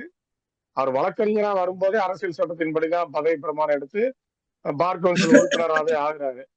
அதுக்கப்புறம் நீதிபதியா வரும்போது அதைத்தான் ஃபாலோ பண்ணணும், தீர்ப்புகளையும் அதைத்தான் ஃபாலோ பண்ணணும். ஆனா அவர் வெளிப்படையா கூட்டத்திலே சொல்றாரு, நான் சனாதன தர்மத்தை படிச்சதுனால ஒரு பார்ப்பனர் எப்படி ஒரு இவர் எப்படி தவறு பண்ணியிருப்பார், இவரை எப்படியாவது காப்பாற்றணும், இவர் தவறே பண்ணியிருந்தாலும் இவரை காப்பாற்றணும்னு நினைச்சு நான் காப்பாத்தி விட்டேன்னு சொல்றாரு. அதுவே அவர் அரசியல் சட்டத்துக்கு முரணா இருக்காரு, அவர் நீதிபதிக்கு லாயக்கில்லைன்ற மாதிரி ஆயிடுது. அடுத்து சட்டப்படி இந்த தீர்ப்பு எல்லாம் பார்த்தா அவர் ஒரு உள்நோக்கத்தோட தான் போறாரு. அந்த ரெண்டு நீதிபதி கொடுத்த தீர்ப்பை மீறாரு, அந்த இடத்துக்கு நேர ஸ்பாட்டுக்கு போறாரு, அதை பாக்குறாரு. அப்புறம் சிஎஸ்எஃப்க்கு ஆர்டர் போடுறாரு. இப்படி எல்லாமே அவங்க அந்த வரம்புக்கு மீறி அவரு அந்த ஆரிய கலாச்சாரம் சனாதனம் தாங்கள் உயர்ந்தவர்கள் அப்படின்றத நிரூபிக்கணும்ன்றதுதான் மெத்தனமா அதுலதான் ரொம்ப இதா இருக்காங்க. அதை உறுதியா இருக்காங்க, உறுதியா இருந்து அதை நிறைவேற்ற பாக்குறாங்க. அப்போ ஒரு அரசு, ஒரு மக்கள் திரள், ஒரு மாநில மக்களே இணக்கமா போகக்கூடிய ஒரு சூழ்நிலையில இவங்க ஒரு குறிப்பிட்ட ஆளுகளை வச்சுக்கிட்டு இவங்க எதிரானவங்களாகவும் உயர்வா காட்டிக்கிறதுக்காகவும் ஒரு அரசியல் உள்நோக்கத்தோட செயல்படுறதுக்காகவும் பயன்படுத்துறாங்க.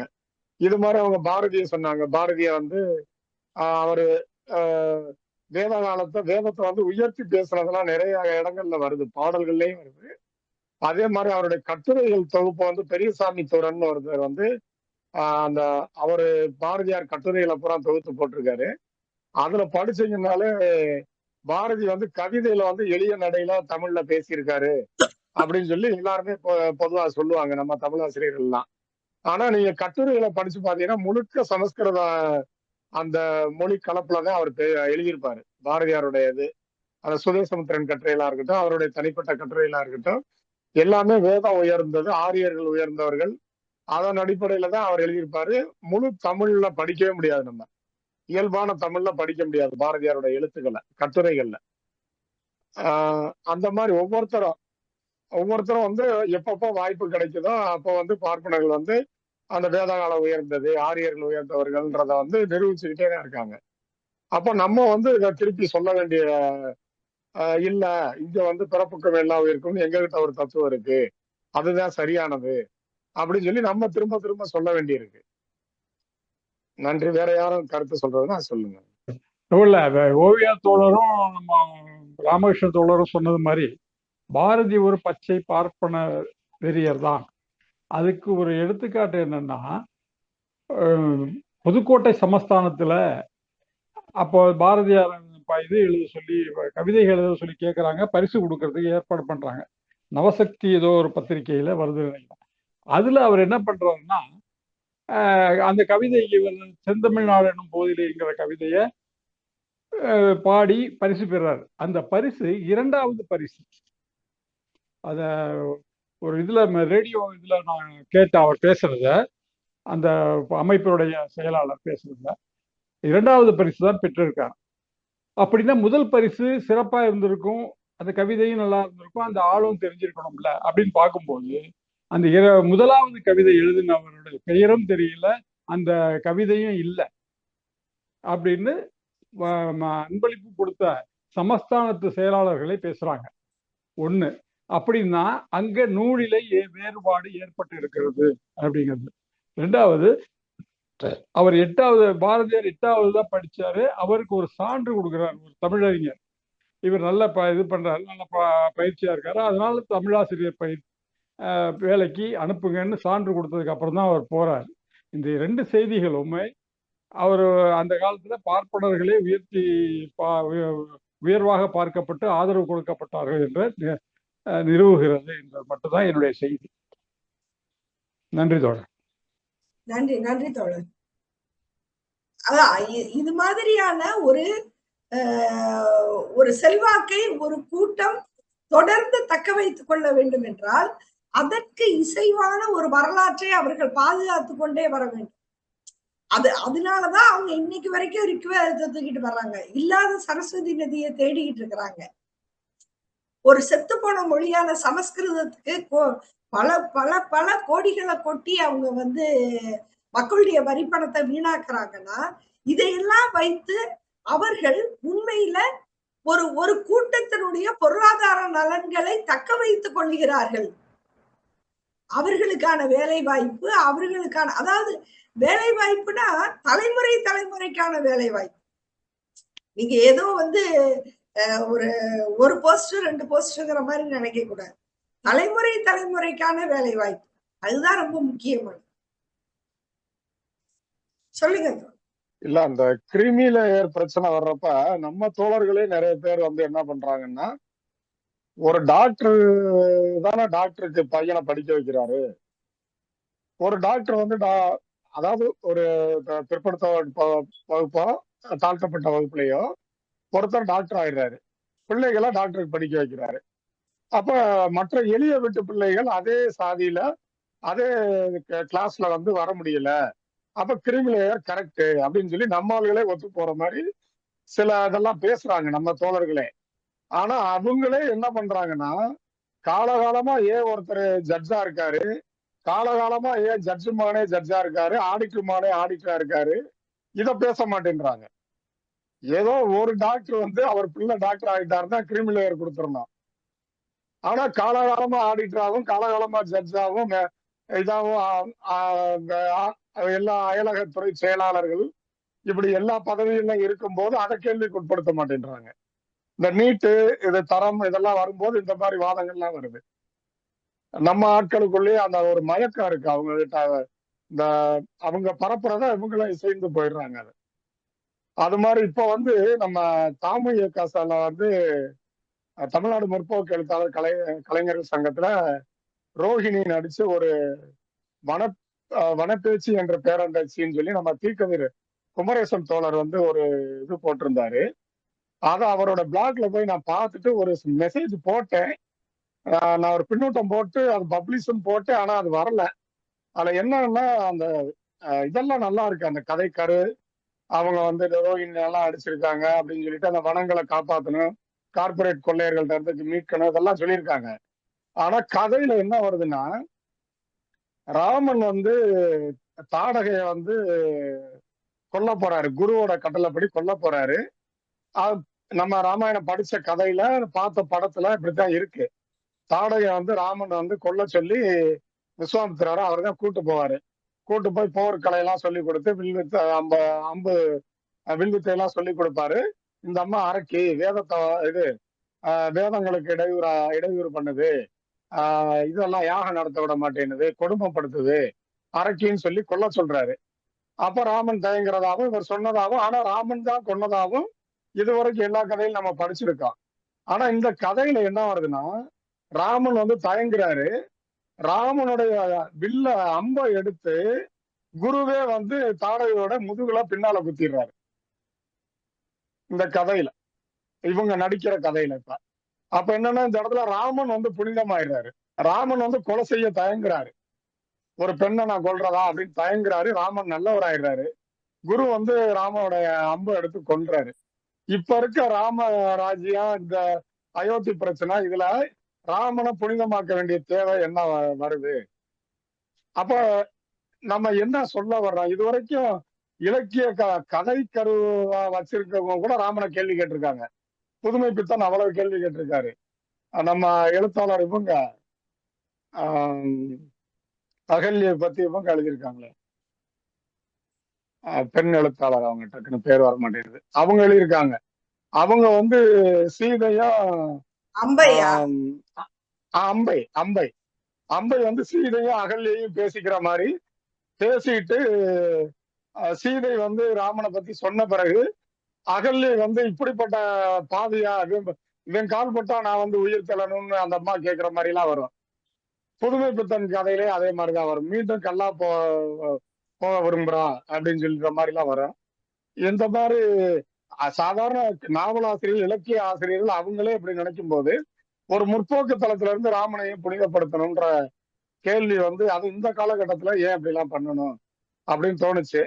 அதை நான் அந்த இதை எதிர்வினை போட்டிருந்தேன். அது என்னன்னு தெரியல, டெக்னிக்கலா சரியா செய்ய தெரியலையான்னு தெரியல. பப்ளிஷ்னு கேட்டுச்சு, பப்ளிஷிங்னு இதை கிளிக் பண்ணேன், ஆனா போகல. அது திருப்பி நம்ம குழுவிலையாவது போடணும் நான். நன்றி. இல்ல, இதுக்கு இடையில ஒரு படம் வந்தது. அந்த படம் வந்து எத்தனை பேர் பாத்தீங்கன்னு எனக்கு தெரியாது. வந்துட்டு அது சரியா ஓடலைன்னு நினைக்கிறேன். அந்த படத்தோட பேர் வந்து ஒரு வித்தியாசமான பேரு. இந்த முத விவேசினின்னு, அந்த படத்தோட பேரு வந்து விவேசினி. அதாவது தத்துவ விவேசனின்னு நம்ம பத்திரிகை ஒண்ணு வந்தது. அந்த அடிப்படையில அந்த பேர் வச்சிருந்தாங்க. அந்த படம் வந்து பாத்தீங்கன்னா, இந்த காடுகள், அதாவது இந்த இயற்கைங்கிற பேர்லயும் வந்து ஒரு அளவுக்கு மேல போனா அது நமக்கு எதிராதான் போய் நிக்குது. அந்த காடுகள் பற்றிய கதை தான் அது. கடைசியில அதுல பாத்தீங்கன்னா பேய், பிசாசு, காடு பேசும், காடு வந்து பழி வாங்கும், மரம் வெட்டினவங்களை வந்து பழி வாங்கும், மனுஷங்களை துரத்தும். நான் என்ன சொல்றேன், கடைசியில் நான் ஒரு 4 வரி தான் எழுதினேன். அந்த பையன் ரொம்ப நண்பர்கள் தான் அதை எடுத்தவங்க. 4 வரி தான் எழுதினேன். படத்தில் கடவுள் இல்லை, ஆனா பேய் இருக்கு. படத்தில் கடவுள் இல்லை, பகுத்தறிவு தர்க்கமும் இல்லைன்னு போட்டேன். அது மாதிரி வந்து ஒரு ஒரு அறிவு நிலைக்கு எதிராக போய் எதை காப்பாற்றணும்னு நினைச்சாலும் அது நமக்கு எதிராக தான் போகும். வேற நாசர் சொல்லுங்க. வணக்கம் தோழர்கள். இன்னைக்கு நான் கற்றுக்கிட்டது வந்து 3 விஷயம்மா. ஒன்று வந்து இந்த ஆரியன் மைக்ரேஷன் இன்வேஷன் தியரி, அதை வந்து ஒரு ஒரு கான்ட்ரவர்ஷியல் இதாகவே வச்சுட்டு மெயின்டைன் பண்ணுறாங்க. அதுக்கு வந்து நீங்கள் அங்கே இருக்கிற அவங்க சொல்கிற கதைகள்லேருந்தே அதுக்கான அது ஒரு இன்வேஷன் அப்படிங்கிறத வந்து நம்ம லாஜிக்கலாக வந்து கன்க்ளூட் பண்ணுறது வந்து நல்லா இருந்ததுமா. அது எல்லாமே நம்ம முன்னாடியே இருக்குது. நம்ம அதை இன்டர்பிரட் பண்ணுறதுல நம்மளால் வந்து ஒரு ஒரு ரேஷ்னலாக ஒரு டிசிஷனுக்கு வர முடியும் அப்படிங்கிறத அது வந்து வெளிப்படுத்துது. அது நல்லா இருந்துச்சுமா, அதை நான் கற்றுக்கிட்டேன். ரெண்டாவது வந்து ரிக்வேதத்தில் இந்த பாடல் இருக்குதுங்கிறது நான் இன்னைக்கு தான் தெரிஞ்சுக்கிறேன். அவங்க நிறைய நிறைய நேரங்களில் வந்து இந்த வேதங்களை வந்து புனிதப்படுத்திடுறாங்க. வேதம் வேற, சாதி வந்து சாதிக்கு முன்னாடி கரெக்ட். அதுல இந்த இந்த இந்த இந்த அந்த பாடல் என்னோட நீங்க போட்டிருந்தது ரொம்ப ரொம்ப அஹ், ரொம்ப முக்கியமான இருந்துச்சு. அதே மாதிரி நீங்க ஏஐல போட்டிருக்கிறாங்க அப்படிங்கிறது வந்து அது எப்படி வந்து அவங்க ஏஐ தான் இப்போ வந்து எல்லாத்தையும் வந்து டிரைவ் பண்ணிட்டு இருக்கு ஓவராலா உலக அளவில். ஸோ வந்து அவங்க ஏஐக்குள்ளேயும் வந்து இந்த வரலாற்று புரட்டுகளை வந்து திணிச்சிட்டு இருக்காங்க அப்படிங்கிறது அவங்க வந்து அதை ட்ரெயின் ட்ரெயின் அத்தனை பேரை வச்சு அவங்க மல்டிபிள் சோர்சஸ்ல இருந்து மல்டிபிள் ரீஜன்ஸ்ல இருந்து அதை ட்ரெயின் பண்றாங்க. அந்த அந்த வரலாறை வந்து நமக்கு எதிரான வரலாறை வந்து அவங்க ட்ரெயின் பண்றாங்க. ஸோ அதை நம்ம கவுண்டர் பண்ண வேண்டியிருக்குங்கிறதையும் நான் புரிஞ்சுக்கிறேன். உங்க இதுல இருந்து சிறப்பா இருந்ததுமா. நன்றி. கண்டிப்பா நன்றி. இதுல சிந்து சமவெளி நாகரிகம் வந்து இப்ப சிந்து சரஸ்வதி நாகரிகம் அப்படின்னு பேர் மாத்தி இங்க கொங்கு ஆர்ட்ஸ் அண்ட் சயின்ஸ் காலேஜ்ல ஐ திங்க் நாளைக்கா இல்லை இந்த வாரத்திலே மீட்டிங் இருக்கு. ஒரு கான்ஃபரன்ஸ் இருக்கு, மீட்டிங் கிடையாது, கான்ஃபரன்ஸ் இருக்கு. அது ப்ரைவேட் காலேஜ் கான்ஃபரன்ஸ் அப்படின்னு புறந்தள்ளவே முடியாது. ஏன்னா யூனிவர்சிட்டியில ஒரு விஷயம் டிஸ்கஸ் பண்ணப்படுது, அது சவுத் இந்தியன் யூனிவர்சிட்டியில ஒரு விஷயம் டிஸ்கஸ் பண்ணப்படுது அப்படின்றது வந்து அவங்க சிந்து சரஸ்வதி நாகரிகம் அப்படிங்கறதான் பேர் மாத்ததுக்கான எல்லா வேலைகளையும் செஞ்சுட்டு இருக்காங்க. எப்படி வந்து இவங்க நமக்கு இவ்வளவு காலமா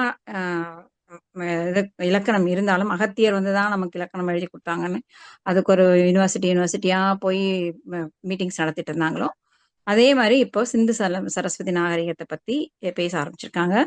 அதோடு இல்லாம இதை பத்தி வீடியோ ஒன்று போடணும்னு நினைச்சிட்டு இருந்தேன் நான். அண்ணா யூனிவர்சிட்டியில இருந்து ஒரு என்விரான்மெண்டல் சயின்ஸ் டிபார்ட்மெண்ட் சம்பந்தமே எங்கேயாவது இருக்குதான்னு பாருங்களேன். முட்டை தலைக்கும் இதுக்கும் முடிச்சு போடுறதுன்னு முழங்காலுக்கும் அந்த மாதிரி என்விரான்மெண்டல் சயின்ஸ்ல இருந்து சிந்து சமவெளி நாகரிகமும் இங்க இருக்கிற வைகைக்கரை நாகரிகமும் ஒண்ணுதான். சிந்து சமவெளி சிந்து சரஸ்வதி நாகரிகமும் சரஸ்வதி நாகரிகத்தோடைய எச்சங்கள் தான் இங்க அப்படின்னு சொல்லிட்டு கடவுள் சிலைகள் மாதிரி இருக்கு அப்படிங்கிற மாதிரியான விஷயங்கள்லாம் கொண்டு வந்திருக்காங்க. அந்த கட்டுரையை டீட்டெயிலா படிக்கணும். அது ஓகே.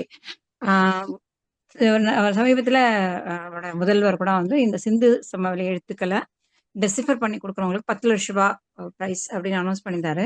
இது வரைக்கும் யாரும் டெசிஃபர் பண்ணவும் மாட்டாங்க, பண்ண முடிஞ்சாலுமே பண்ண மாட்டாங்க. ஏன்னு கேட்டீங்கன்னா அஃப்கோர்ஸ் அவங்களுக்கும் பெரிய டெக்னாலஜி கிடையாதுன்னு வச்சுக்கோங்க. ஏன்னா அது வந்து திராவிட இதோட ஒத்து போயிடும் அப்படிங்கிறதுனால ஒரு பயம் இருக்கு. இந்த கனெக்ஷன் இந்த 3500 வருஷத்துக்கு முன்னாடி வந்தாங்க, 1500 வருஷத்துல அந்த நாகரிகமே காணாம போயிடுச்சு அப்படிங்கிறது வந்து ஈஸியா கனெக்ட் பண்ணக்கூடிய ஒரு புள்ளி. அது ரொம்ப அழகா நீங்க கொண்டு வந்தீங்க. இதை திரும்ப திரும்ப திரும்ப பேசி ஆகணும். அப்புறம் ஆரியன் இன்வேஷன் அப்படிங்கிறது வந்து அப்படி கூட வச்சுக்கோங்க. அவங்க வந்து வரும்பொழுது பெண்களை அழைத்து வரல அப்படின்னு சொல்லிட்டு சொல்றாங்க.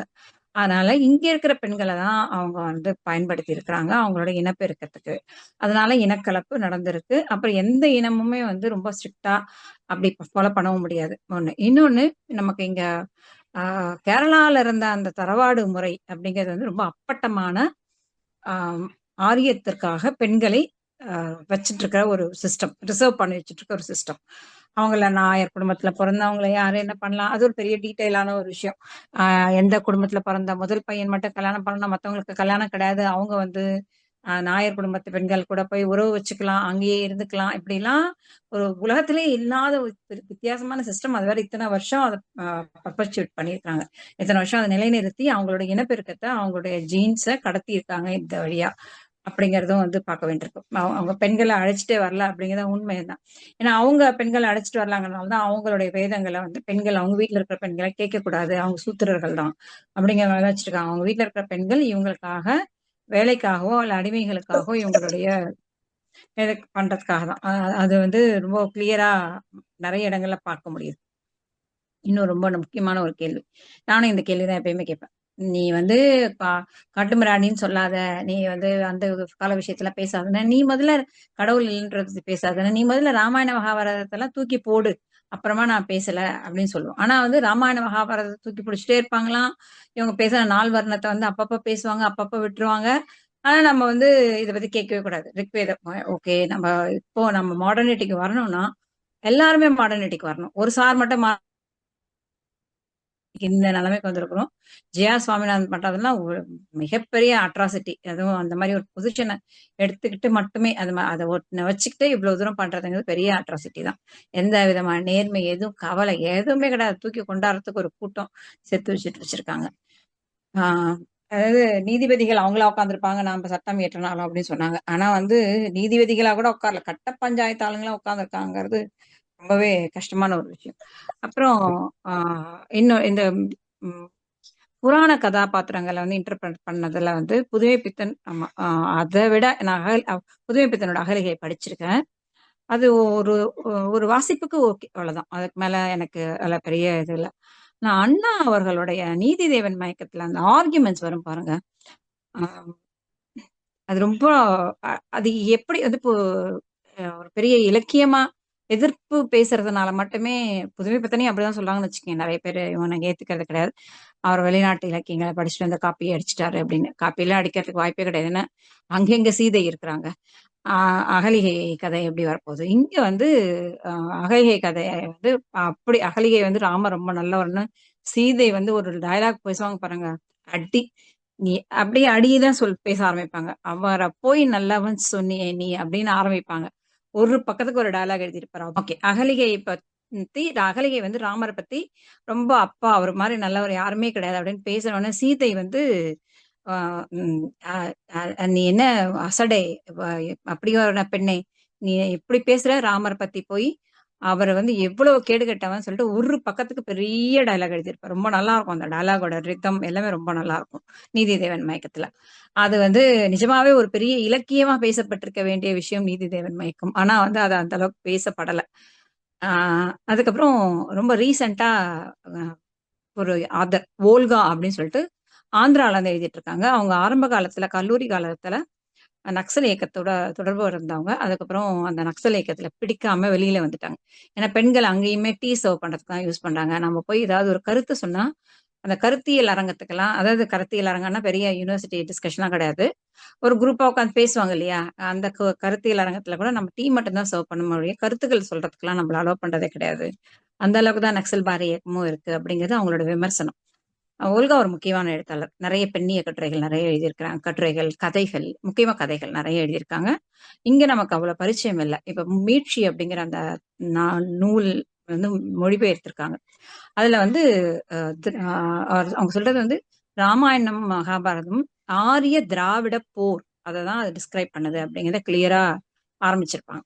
இது ஒரு கவிதை நாடகத்துக்காக நாட்டிய நாடகத்துக்காக கவிதை எழுதியிருக்காங்க போல. அந்த கவிதையில இருக்கிற வார்த்தைகள் அங்க இருக்கிற மக்களுக்கு யாருக்குமே புரியலையாம், எஜுகேட்டட் பீப்புளுக்கு. ஆரிய திராவிட போரா அதாவது அது அப்படி நினைக்கவே இல்லை. ஏதோ அது ஒரு பக்தி இலக்கியம், அது பெரிய உயர்ந்த இலக்கியம் தான் நம்ம மக்கள் மத்தியில பதிஞ்சிருக்கு. இங்க உட்காந்து கம்ப ரசத்தை ஊத்தி குடிச்சிட்டு இருக்காங்க பாருங்க, கம்பர் புழுக்கள் எல்லாம். அந்த மாதிரிதான் அங்கேயுமே, அங்க இன்னும் ஜாஸ்தி பக்தி. அவங்களுக்கு புரியவே இல்லைங்கிறதுக்காக இந்த சிறுகதை தொகுப்பை எழுதியிருக்காங்க. அதுலயும் இப்படிதான் வரும். எல்லா பெண் கேரக்டரும் வந்துருவாங்க, எல்லாரும் ஒரு இடத்துல சேருவாங்க. மண்டோதரி சீதை மீட் பண்ணுவாங்க. அப்படி ஒரு கதை ரொம்ப மறுவாசிப்பு, எல்லாத்தையுமே மறுவாசிப்பு பண்ணியிருப்பாங்க. இந்த ஆண்கள் பண்ண தவறுகள் எல்லாத்தையுமே சுட்டி காட்டியிருப்பாங்க. அப்படி போகும்போது அவங்க அவங்க ஆரிய திராவிட போர், திராவிடம் தான் நாம அப்படிங்கிறத ஆந்திரால இருந்து ஒரு குரலா ஒழிச்சிட்டு இருக்காங்க.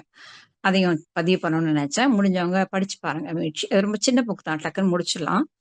ஆனா நல்லா இருக்கும். ஒரு கதையுமே ரொம்ப ஆழமான. தமிழ்ல மீட்சி, டிரான்ஸ்லேஷன் கௌரி கிருபானந்தன். அவங்க அவங்க அம்பையோட தோழி தான் அவங்க, கௌரி கிருபானந்தன். அவங்க தெலுங்குல இருந்து நிறைய டிரான்ஸ்லேட் பண்ணிட்டு இருக்காங்க. ஓல்கா ரொம்ப முக்கியமான எழுத்தாளர். திலகவதி அவங்க கூட ஓல்காவோட ஒரு சில கதைகளை தமிழ்ல டிரான்ஸ்லேட் பண்ணியிருக்கிறாங்க. சின்ன சின்ன கதைகள், இவ்வளவு பெரிய தொகுப்பு கிடையாது. முக்கியமான ஒரு விஷயம், இந்த தொகுப்புக்கு ஒரே நேரத்துல ஒரே வருஷத்துல டிரான்ஸ்லேஷன் அவார்டும் கிடைச்சது, இதுவும் சாகித்ய அகாடமி அவார்டு கிடைச்சது.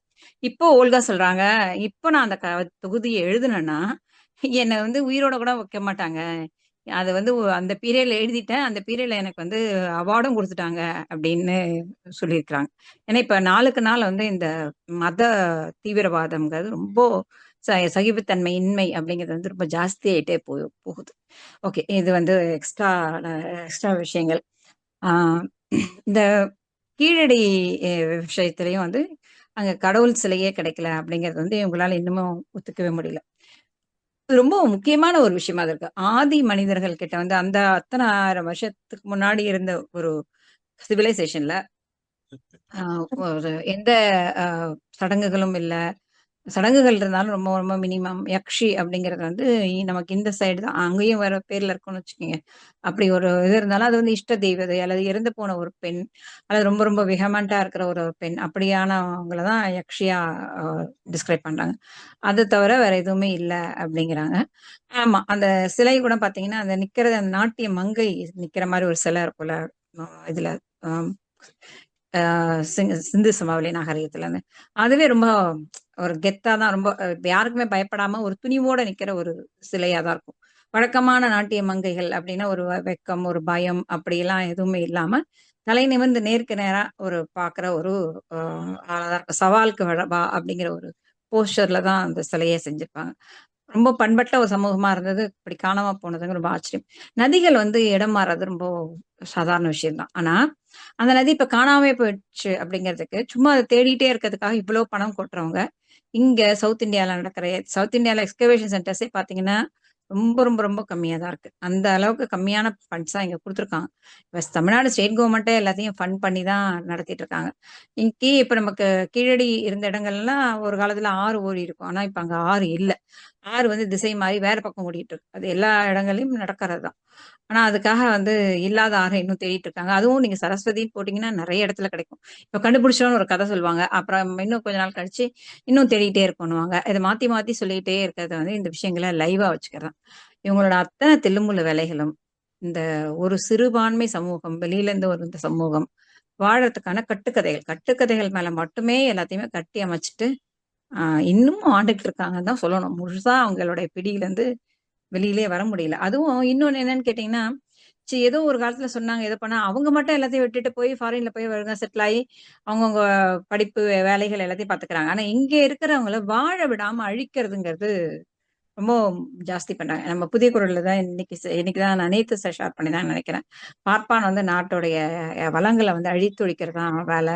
நம்ம எல்லாத்தையும் தாண்டி இவ்வளவு முன்னேறிட்டோம். இனிமே அவனால அழிக்க முடியாது. ஆனா இன்னைக்கு நயனார் நாகேந்திரன் சொல்லியிருக்காரு, ஏன் தமிழ்நாடு அயோத்தியா ஆகக்கூடாதா? திருப்பரங்குன்றம் அயோத்தியா ஆகக்கூடாது. ஏன்னா அயோத்தி என்ன இங்கிலாந்துல இருக்கு, இந்தியால தானே இருக்கு. அதே மாதிரி இதுவும் ஆகட்டும் அப்படின்னு பேசியிருக்கிறார். இவங்களுக்கு வேண்டியது அப்படி மாத்தி மக்களை வந்து அங்க கேட்ட மெட்ரோவை கொடுக்க மாட்டாங்க, எதுவும் கொடுக்க மாட்டாங்க. மதம் அந்த பழைய பழமையை பிடிச்சி தொங்கிட்டு இந்த பழைய இடத்துக்கு கூட்டிட்டு போறதுங்கிறது வந்து ஒரு ஒரு சிலரோட சுப்ரீமசிய தக்க வச்சுக்கிறத தவிர வேற எந்த அஜெண்டாவும் கிடையாது. இப்படிப்பட்ட சமூகம் வந்து வளரவே வளராது. இதுல இருந்து போராடி வெளியில வர வேண்டிய வேலையை பண்ணிட்டு இருக்கோம். போராட்டத்துலதான் நிறைய மனித ஆற்றல் வந்து வீணாயிட்டு இருக்கு. ரொம்ப காலமா அதுதான் பண்ணிட்டு இருக்கோம். வேற ரொம்ப அருமையா இருந்தது உங்களோட உரை. நன்றிம்மா. தோழர், ஒரு சின்ன செய்தி. உங்க உரையில ரொம்ப ஆழமா இருந்த செய்திகள். அதே நேரத்துல இப்ப இந்த இடஒதுக்கீடு பத்தி தோழர் ஒருத்தர் பேசினாரு. அது நான் ஒரு பெரிய செய்தி ஒண்ணு படிச்சேன். நண்பர், என்னுடைய பையன் விடுதலை தான் எடுத்து கொடுத்தாரு. அதாவது இன்றைக்கு நாம் அனுபவித்து வரும் இடஒதுக்கீடு சாதி ரீதியாக மட்டுமே கொடுக்கப்பட்டது அல்ல, அது பொருளாதார ரீதியாகத்தான் பார்க்கப்பட்டிருக்கிறது அப்படின்னு மண்டல் கமிஷன்ல உறுதிப்படுத்தப்பட்டிருக்கு. அந்த பார்வையோட நம்ம அந்த மண்டல் கமிஷனை பார்க்கணும்னு நினைக்கிறேன். அதாவது மாநில சராசரி அளவுகோலை விட வேலைக்கு செல்லும் பெண்கள் 25% அதிகமாக உள்ள சாதிகள் அவங்கள அப்படிதான் பட்டியல் எடுக்கிறாங்க. பொருளாதார ரீதியா இந்த சாதி பட்டியல் எடுக்கப்பட்டிருக்கு. மாநில அளவை விட 25% சொத்து குறைவாக இருக்கும் சாதிகளில் ஒரு கூட்டம், மாநில சராசரியை விட 25% அதிகமான குடிசை வீடுகளில் வாழும் கூட்டம். அது மாதிரி இப்ப வேலைக்கு போய்தான், பெண்களும் வேலைக்கு போய் தான் அந்த வீட்டு கதவுகள் கூட போட்டுக்க வேண்டிய நிலையில், கூரை வைந்து கொள்ள வேண்டிய நிலையில் உள்ள கூட்டம் என்று பார்த்துத்தான் அந்த சாதிகளை எடுத்திருக்காங்க. சாதிகளால் தாழ்ந்தவர்கள், பிற்படுத்தப்பட்டவர்கள் என்று எடுக்கல. உள்ளபடியே பொருளாதார ரீதியாகவே இவர்கள் பாதிக்கப்பட்டிருக்கார்கள். அந்த பட்டியல் எடுக்கும் போது இந்த சாதிகள் வர்றாங்க. அதனாலதான் சாதிகள் கொடுத்திருக்காங்கிறத அது பொருளாதார ரீதியா தான் இந்த சாதிய ஒதுக்கீடு கொடுத்துருக்கோங்கிறத நம்ம வலியுறுத்தி பேசணும்னு நினைக்கிறேன். நன்றி, வணக்கம். நல்லது தோழர். அது அது ரொம்ப முக்கியமான கருத்து தான். அதாவது ஐயா சொல்றது வந்து என்னன்னு கேட்டா, இப்போ ஒரு சாதி பிசி அப்படின்னு தீர்மானிக்கும் போது அந்த எது பிற்படுத்தப்பட்ட சாதின்னு தீர்மானிக்கிற அளவுகோல்ல அவங்க பொருளாதாரத்தை கணக்குல வச்சுதான் செஞ்சிருக்காங்க. அது அது ஆக்சுவலா பொருளாதார அளவுகோல அப்படிதான் நம்ம பயன்படுத்த முடியும், இண்டிவிஜுவலுக்கு பொருத்த முடியாது. இண்டிவிஜுவலுக்கு பொருளாதார யார்ஸ்டிக் வைக்கிறதே ஒரு ஃப்ராடு. அது ஒரு ஃப்ராடு வேலை. அது அது ரொம்ப முக்கியமான பாயிண்ட். ரித்து சொல்லுங்க. என் பேர் ரித்து. நான் வந்து ஜேஎன்யூல மாஸ்டர்ஸ் பண்றேன் பொலிட்டிக்கல் சயின்ஸ். நம்ம வந்து ஆக்சுவலி கடவுள் அண்ட் மதம் தான் வந்து டாபிக். பட் வந்து கீழடி, சிவிலைசேஷன், மொஹஞ்சதாரோ இண்டஸ் வேலியை பத்தி எல்லாம் பேசுறதுனால நான் ஜஸ்ட் வந்து என்னோட ஒரு இன்சைட்டை ஷேர் பண்ணிக்கணும்னு நினைக்கிறேன். இந்த தடவை வந்து ஆக்சுவலி ஜேஎன்யூல வந்து ஆப்ஷனல் கோர்சஸ் எடுக்கலாம். ஸோ வந்து மற்ற டிபார்ட்மெண்ட்ஸ்ல இருந்து நம்ம கோர்சஸ் ஆஃப் பண்ணிக்கலாம். இந்த தடவை ட்ரைப்ஸ் அண்ட் ஹிஸ்டரி அப்படின்ற ஒரு கோர்ஸ் எடுத்திருந்தாங்க. ஸோ வந்து அந்த கோர்ஸ்ல வந்து பூர்வக்குடி, அதுதான் வந்து மெயின். பூர்வக்குடி பிளஸ் வந்து ட்ரைப்ஸ் பத்தின நம்மளோட மிஸ்கன்செப்ஷன்ஸ் எல்லாத்தையும் வந்து அன்பக்கிள் பண்ணுவாங்க. ஸோ அதுதான் அந்த கோர்ஸோட மெயின் மோட்டிவ். ஸோ வந்து இண்டிஜினிட்டி பத்தி பேசும்போது பூர்வக்குடி யாரு, எதுக்கு பூர்வக்குடிகள் பத்தி பேசணும் அப்படிங்கிற இது வரும்போது 2 விதமா வந்து நெரேட்டிவ் செட் பண்ணப்படுது. பூர்வக்குடின்னு பேசுறப்ப ஒண்ணு Aryan Dravidian theory.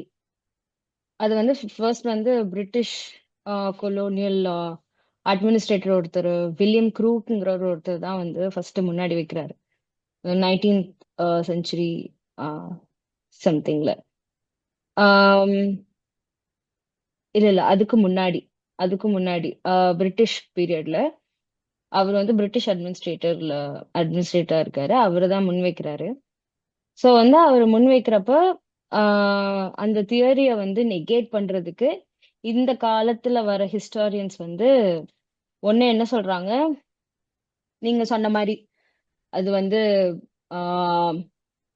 Migration, invasion இல்லை அப்படின்னு சொல்றாங்க. நம்ம இன்வேஷன் சொல்ல வந்தா அத வந்து என்ன நெகேட் பண்றாங்க, சப்ஸ்டான்ஷியேட் பண்ணுங்க. இன்வேஷன் சொல்றதுக்கு சப்ஸ்டான்ஷியேட் பண்ணுங்க. What is your proof? நீங்க சொல்றது வந்து ஒரு நெரேட்டிவ். நம்மளோட விஷயத்த வந்து ஒரு சிம்பிள் ஒரு பொலிட்டிக்கல் நெரேட்டிவா வந்து சாதாரணமா கடந்துடுவாங்க. வகைப்படுத்துறாங்க. இப்ப ஹிஸ்டாரியன்ஸ்லயே 2 விதமா வகைப்படுத்துறாங்க. அகாடமிக் ஹிஸ்டாரியன்ஸ் சொல்றாங்க, இன்னொன்னு வந்து ஆக்டிவிஸ்ட் ஹிஸ்டாரியன்ஸ் சொல்றாங்க. ஆக்டிவிஸ்ட் ஹிஸ்டாரியன்ஸ் நம்மள மாதிரி அவங்க சொல்றது என்னன்னா பொலிட்டிக்கல் நெரேட்டிவ்ஸ் முன் வைப்பாங்க. இந்த மாதிரி ஆரியன் டிராவிடியன் தியரி சொல்றவங்க வந்து ஆக்டிவிஸ்ட் ஹிஸ்டாரியனா ஈஸியா மூவ் பண்ணிடுவாங்க. அகாடமிக் ஹிஸ்டாரியன்ஸ் என்ன பண்றாங்க, அதுல பிற்காலத்துல வந்து நெகோசியேஷன்ஸ் இருந்திருக்கு, ஃப்ளோ இருந்திருக்கு. ஸோ வந்து இன்வேஷன் இல்ல, டாமினேஷன் பத்தி பேச மாட்டாங்க, பட் வந்து நெகோசியேஷன் அப்படின்னு சொல்லுவாங்க. ஸோ வந்து அதை கடக்கிறதுக்கு வந்து நிறைய காரணம் வச்சு பிளஸ் ரெண்டாவது இதை எப்படி வந்து நெகேட் பண்ணுவாங்கன்னா பிரிட்டிஷ் நெரேட்டிவ்ஸ், இது வந்து கொலோனியல் பீரியடோட நெரேட்டிவ்ஸ். ஸோ வந்து அதை தான் நாங்கள் வந்து ஆப்போஸ் பண்ணிட்டு இருக்கோம். நம்மளும் சில பிரிட்டிஷ் நெரேட்டிவ்ஸ் ஆப்போஸ் பண்றோம், பட் எந்த இடத்துல ஆப்போஸ் பண்ணணும் அப்படிங்கறது ஒண்ணு வித் வேலிட் சப்ஸ்டான்ஷியேட்டிவ் எவிடன்ஸோட ஆப்போஸ் பண்ணலாம். பட் எந்த எவிடன்ஸுமே இல்லாம அவங்க ஆப்போஸ் பண்ணுவாங்க. ஸோ வந்து ஹிஸ்டரியில வந்து இப்போ அதுதான் பிரச்சனை, அது இருந்துட்டு தான் வருது. இன்னொன்னு சப்ஸ்டான்ஷியேட் பண்றதுக்கான எவிடன்ஸ் வந்து இருந்தாலும் போதுமான அளவுக்கு இருந்தாலும் அதை வந்து அக்செப்ட் பண்ண முடிய மாட்டேங்குது. எப்படி அவங்களோட நெரேட்டிவை அவங்களால சப்ஸ்டான்ஷியேட் பண்ண முடியாது, பட் இருந்தாலும் வந்து பவர்னால அவங்களால முடியுதோ, நம்மளாலையும் வந்து நம்மளும் அதே பிரச்சனைக்குள்ளதான் சிக்கிட்டு இருக்கோம்.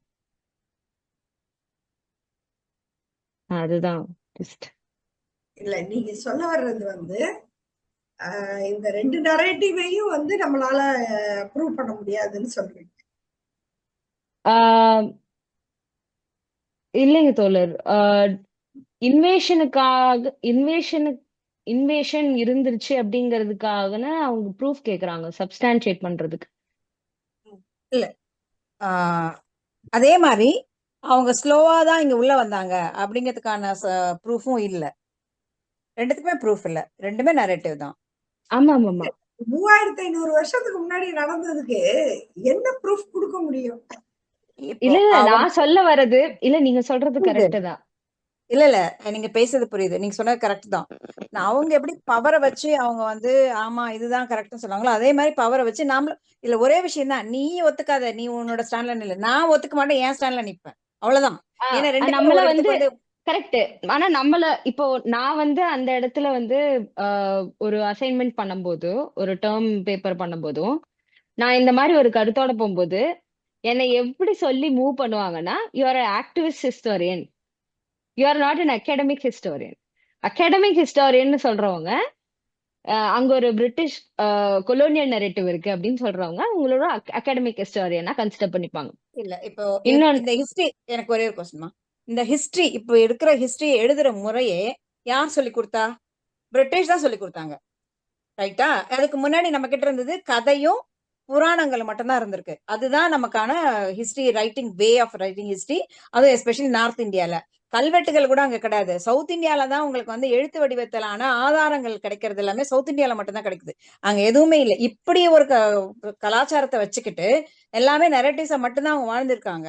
இது ஹிஸ்டரி எழுதி கத்து கொடுத்ததே பிரிட்டிஷ். அந்த பிரிட்டிஷ் சொல்றதை நீ ஒத்துக்க மாட்டேன்னு சொன்னா நீ சொல்றதை நான் ஏன் ஒத்துக்கணும்? ஆக்சுவலி இது அகடமிக்கான ஒரு ஸ்டடியா கொண்டு வந்தது பிரிட்டிஷ் தான், இவங்க கிடையாது. அப்போ கண்டிப்பா பிரிட்டிஷோட சிஸ்டத்தை ஃபாலோ பண்ண நாம தான் ட்ரூ அகடமிஷியன்ஸ், அவங்க தான் சூடோ இல்ல அகடமிஷியன்ஸ். அவங்க வந்து அவங்களுடைய நரேட்டிவ்ஸை இன்சிஸ்ட் பண்ண முயற்சி எடுக்கலைன்னா நம்முடைய நரேட்டிவை பத்தி நம்ம கவலைப்படாம கூட போயிடலாம். கண்டிப்பா. ஆனா இங்க அது நடக்கலையே. அதுதான் ஓவியத்தோட சொல்ல வராங்க. நீ 3500 வருஷத்துக்கு முன்னாடி இருக்க ரிக்வேதத்தை எல்லாத்தையும் தூக்கி போடு, இன்னைக்கு என்ன சிச்சுவேஷனா வாழலாம் வா. கண்டிப்பா கண்டிப்பா நீ உனக்கு பின்னாடி ஒரு ஒளிவட்டத்தை வரைகிறதுக்கு எல்லாத்தையும் நீ மெயின்டைன் பண்ற. எனக்கு இப்ப அந்த உன் தலைக்கு பின்னாடி சுத்துற ஒளிவட்டம் தான் என் பிரச்சனை. 3500 வருஷத்துக்கு முன்னாடி நடந்தது எனக்கு பிரச்சனையே இல்லை. உண்மையில என் உடம்புல யாரோட ரத்தம் ஓடுதுன்னு யாருக்கு தெரியும்? கண்டிப்பா அதெல்லாம் இனிமே கண்டுபிடிக்க முடியுமா என்ன? It's highly impossible. கண்டிப்பா அதனால வந்து அதெல்லாம் சொல்லவே முடியாது. என்னோட பிரச்சனை நீ இன்னைக்கு அனுபவிக்கிற பொய் சலுகைகள், நீ இன்னைக்கு அனுபவிக்கிற ஆதிக்கம், இதுதான் என் பிரச்சனை. இல்லைன்னா உன் கடவுளோடையும் மதத்தோடையும் கூட எனக்கு எந்த பிரச்சனையும் கிடையாது. உன் கடவுளும் மதமும் என்னைய ஆதிக்கம் பண்ண முயற்சி பண்ணலன்னா நான் வந்து இது பிரச்சனை இல்லைல்ல, அது ஒரு அறிவார்ந்த விவாதமா மட்டும் போயிடுமே, ஒரு சமூக இயக்கமா ஏமாறுது கண்டிப்பா இல்லையா? இப்ப நீங்க சொன்ன மாதிரி ஒரு சமூக இயக்கம் உட்கார்ந்து இந்த ஹிஸ்டாரிக்கலா இப்படி ஒரு கிளாஸ் எடுக்கணும்னு அவசியம் இல்லை. This is not a history class. ஆனா நாம அதை எடுக்கிறோம். கண்டிப்பா நம்மளுடைய மனித வளம் முழுக்க இந்த சண்டைய வந்து வெற்றி பெறதற்காகவே போயிட்டு இருக்கு. நிறைய ஒரு சைசபிள் அமௌண்ட் அவங்களும் இதுக்காக உட்கார்ந்துட்டு இருக்காங்க. கீதா உபச்சாரம் பண்றதுக்கும் இதுக்கெல்லாம் வந்து தனியா அவங்க ஃபண்ட் மொபிலைஸ் பண்ணி நம்ம கிட்ட இருந்தே பணத்தை வாங்கி நமக்கு அகேன்ஸ்டாக பேசிட்டு இருக்கிறதுக்கு அவங்களுக்கு ஆள் இருக்காங்க, அவங்க பண்ணிட்டு இருக்காங்க. அந்த சிஸ்டம் வந்து அவங்களுக்கு ரெடியா இருக்கு. நமக்கு தான் சிஸ்டம் இல்லை, நம்ம கிட்ட இருக்கிற பவரை வச்சுதான் நம்ம வந்து ஃபைட் பண்ண வேண்டியிருக்கு. அது நம்ம ஆளுங்களுக்கே சொல்லி புரிய வைக்க வேண்டியிருக்கு. சரி, ஓகே. வேற யாருக்கு ஏதோ கருத்து இல்லைன்னு முடிச்சுக்கலாம். இந்த அளவு கொஞ்சம் டைம் ஆயிடுச்சு. ஏன்னா நம்ம இருந்து என்ன சொல்றோம்னா கொஞ்சம் அந்த நேரத்தை மெயின்டைன் பண்ணிடுவோம். இல்லைன்னா ஒரே ஒரு எக்ஸாம்பிள் நான் சொல்லணும் ரித்துவுக்கு. ரித்து ஆக்சுவலா அவுட்லுக்ல ஒரு ஆர்டிக்கிள் வந்து ரொம்ப வருஷத்துக்கு முன்னாடி, சப்போஸ் நம்மளோட தண்டி யாத்திரை இருக்கியா, உப்பு சத்தியாகிரகம், இத பத்தி இந்த மாதிரி history writing, way of history writing இல்லாம ஒரு காலம் இருந்திருந்தா அது எப்படி ஒரு கதையா இருந்திருக்கும்னா, வெள்ளை நிற பேய்கள்லாம் வந்து இந்த நாட்டை ஆக்கிரமிச்சிச்சு. அந்த நேரத்துல வந்து அரையாடை மட்டுமே அணிந்த ஒரு பெரிய மகான் தோன்றினாரு. அவர் கடல்ல உப்பு காய்ச்சி எடுத்து ஃபூன்னு ஊதுனாரு. ஊதின உடனே எல்லா வெள்ளை பேய்களும் காணாம போயிடுச்சு. இதுதான் நம்மளோட ஹிஸ்டரி, வே ஆஃப் ரைட்டிங் ஹிஸ்டரியா இருந்திருக்கும். இததான் பிரிட்டிஷ்காரன் வேற மாதிரி மாத்தி எல்லாத்தையும் டாக்குமெண்ட் பண்ணி எல்லாத்தையும் எப்படி எழுதுறதுன்னு சொல்லி கொடுத்துட்டு போயிருக்கான். அதனால பிரிட்டிஷ்க்கு சொல்லி கொடுத்த ஹிஸ்டரி அந்த அந்த டைப்லயே நீங்க உட்காந்துக்கிட்டு அந்த டைப் ஆஃப் ஹிஸ்டரியை வந்து நரேட்டிவ் சொல்லிட்டு ராமாயணத்தை மகாபாரத ஹிஸ்டரின்னு சொல்லிட்டு இருக்கிறது தான் பயங்கர ஃபேக்கான அகடமிஷியன்ஸ். அவ்வளவுதான் தொடர். ஆனா அது உண்மைதான் தோழர். அப்படிதான் இருக்காங்க. கொலோனியல் நெரட்டிவ்ஸ்னு சொல்லி ஃபுல்லா அந்த நெரட்டிவ ஃபுல்லா வந்து நெகேட் பண்ணிடுவாங்க. இப்ப கிறிஸ்டியன் மிஷனரிஸ் பத்தி பேசும்போதும் பிளஸ் வந்து கிறிஸ்டியன் மிஷனரிஸ் வந்து எப்படி வந்து அந்த காலத்துல இருந்து ட்ரைபல் பீப்புளுக்கோ மற்றவங்களுக்கோ ஹெல்த் கேரையும் வந்து பிளஸ் வந்து எஜுகேஷனையும் கொண்டு போய் சேர்த்தாங்க அப்படின்னு சொல்லும்போது அந்த நேரத்துல நடந்த அது எந்த இடத்த அவங்க தூக்கி பிடிக்கிறாங்க அப்படிங்கறது ரொம்ப கவனமா பார்த்தா தெரியும். அந்த இடத்துல வந்து கன்வர்ஷன்ஸ் நடந்திருக்கு, ரிலீஜியஸ் கன்வர்ஷன்ஸ் நடந்திருக்கு. அந்த இடத்துல அவங்களுக்கு ரிலீஜியஸ் கன்வர்ஷன்ஸ் மட்டும்தான் பிரச்சனையா தெரியுதே ஒழிய ஹெல்த் கேரும் எஜுகேஷனும் போய் சேர்ந்ததும் அவங்களுக்கு பிரச்சனையா அவங்களுக்கு பெருசா தெரியல. நம்மளா இருந்தா வந்து ஹெல்த் கேரும் எஜுகேஷனும் போய் அவங்களுக்கு சேர்ந்துருக்கு, நல்லது அப்படின்னு நம்ம நினைப்போம். கன்வர்ஷன்ஸ் நம்மளுக்கு ரொம்ப அவ்வளவு பெருசா நம்மளுக்கு வந்து அஃபெக்ட் பண்ணாது. நம்ம வந்து அதுக்கு ரொம்ப இம்பார்ட்டன்ஸ் கொடுப்போம். பட் இவங்க கொடுக்குற இம்பார்ட்டன்ஸ் வந்து கன்வர்ஷன்ஸ்க்கு இம்பார்ட்டன்ஸ் கொடுக்குறாங்களோ அப்படின்னு நான் யோசிக்கிறேன். பட் அகாடமிக்ஸ் ஹிஸ்டாரியன்ஸ் கொஞ்சம் ரொம்பவே ப்ராப்ளமேட்டிக்கா தான் இருக்காங்க. இதே அகாடமிக் ஹிஸ்டாரியனா தானே ரொமிலா தாப்பர் இருந்தாங்க. அவங்க இன்னும் அவங்க ரிட்டையர் ஆயிட்டாங்க. உங்களுக்கு 94 ஆச்சு. அவங்கள இவங்க தூக்கி போட ட்ரை பண்ணிட்டுலாம் இருக்காங்க வெளியில. கண்டிப்பா கண்டிப்பா அது எப்போ நடந்துட்டே தான் இருக்கு. நன்றி ரித்து, அடிக்கடி வாங்க. கண்டிப்பா கண்டிப்பாங்க தோழர், தொடர்ந்து வாங்க அடிக்கடி. Thank you so much. Such informative. ஏன்னா ஒரு நீண்ட பயணம் நம்ம போக போறோம். இது தொடர்ந்து நிறைய விஷயங்களை நம்ம ரிப்பீட்டடா பேச போறது இல்ல, ஒரே விஷயத்த திரும்ப திரும்ப சொல்ல போறது இல்லை. வேணா தொட்டு காமிப்போம், ஆனா ஒவ்வொரு தடவையும் வேற வேற அத்தியாயங்களுக்குள்ளாரதான் நம்ம டிராவல் பண்ண போறோம். தொடர்ந்து எல்லாரும் வாங்க. இதுக்கு இடையில இந்த பர்டிகுலர் டாபிக்ல எனக்கு சொல்றதுக்கு நிறைய விஷயம் இருக்கு. நீங்க முன்னாடியே சொன்னீங்கன்னா ஒரு அரங்கம் நீங்களே எடுத்து பேசலாம். இங்க கலந்துக்கிறவங்கள நான் சொல்றேன். இல்ல இந்த டாபிக்ல எனக்கு இன்னும் நிறைய சொல்றதுக்கு இருக்கு அப்படின்னு சொன்னா நீங்க சொல்லுங்க. அது முன்னாடி அது போடுங்க. கண்டிப்பா கண்டிப்பாங்க தோழர். Thank you so much. ஓகே, எல்லாருக்கும் நன்றி, வணக்கம்.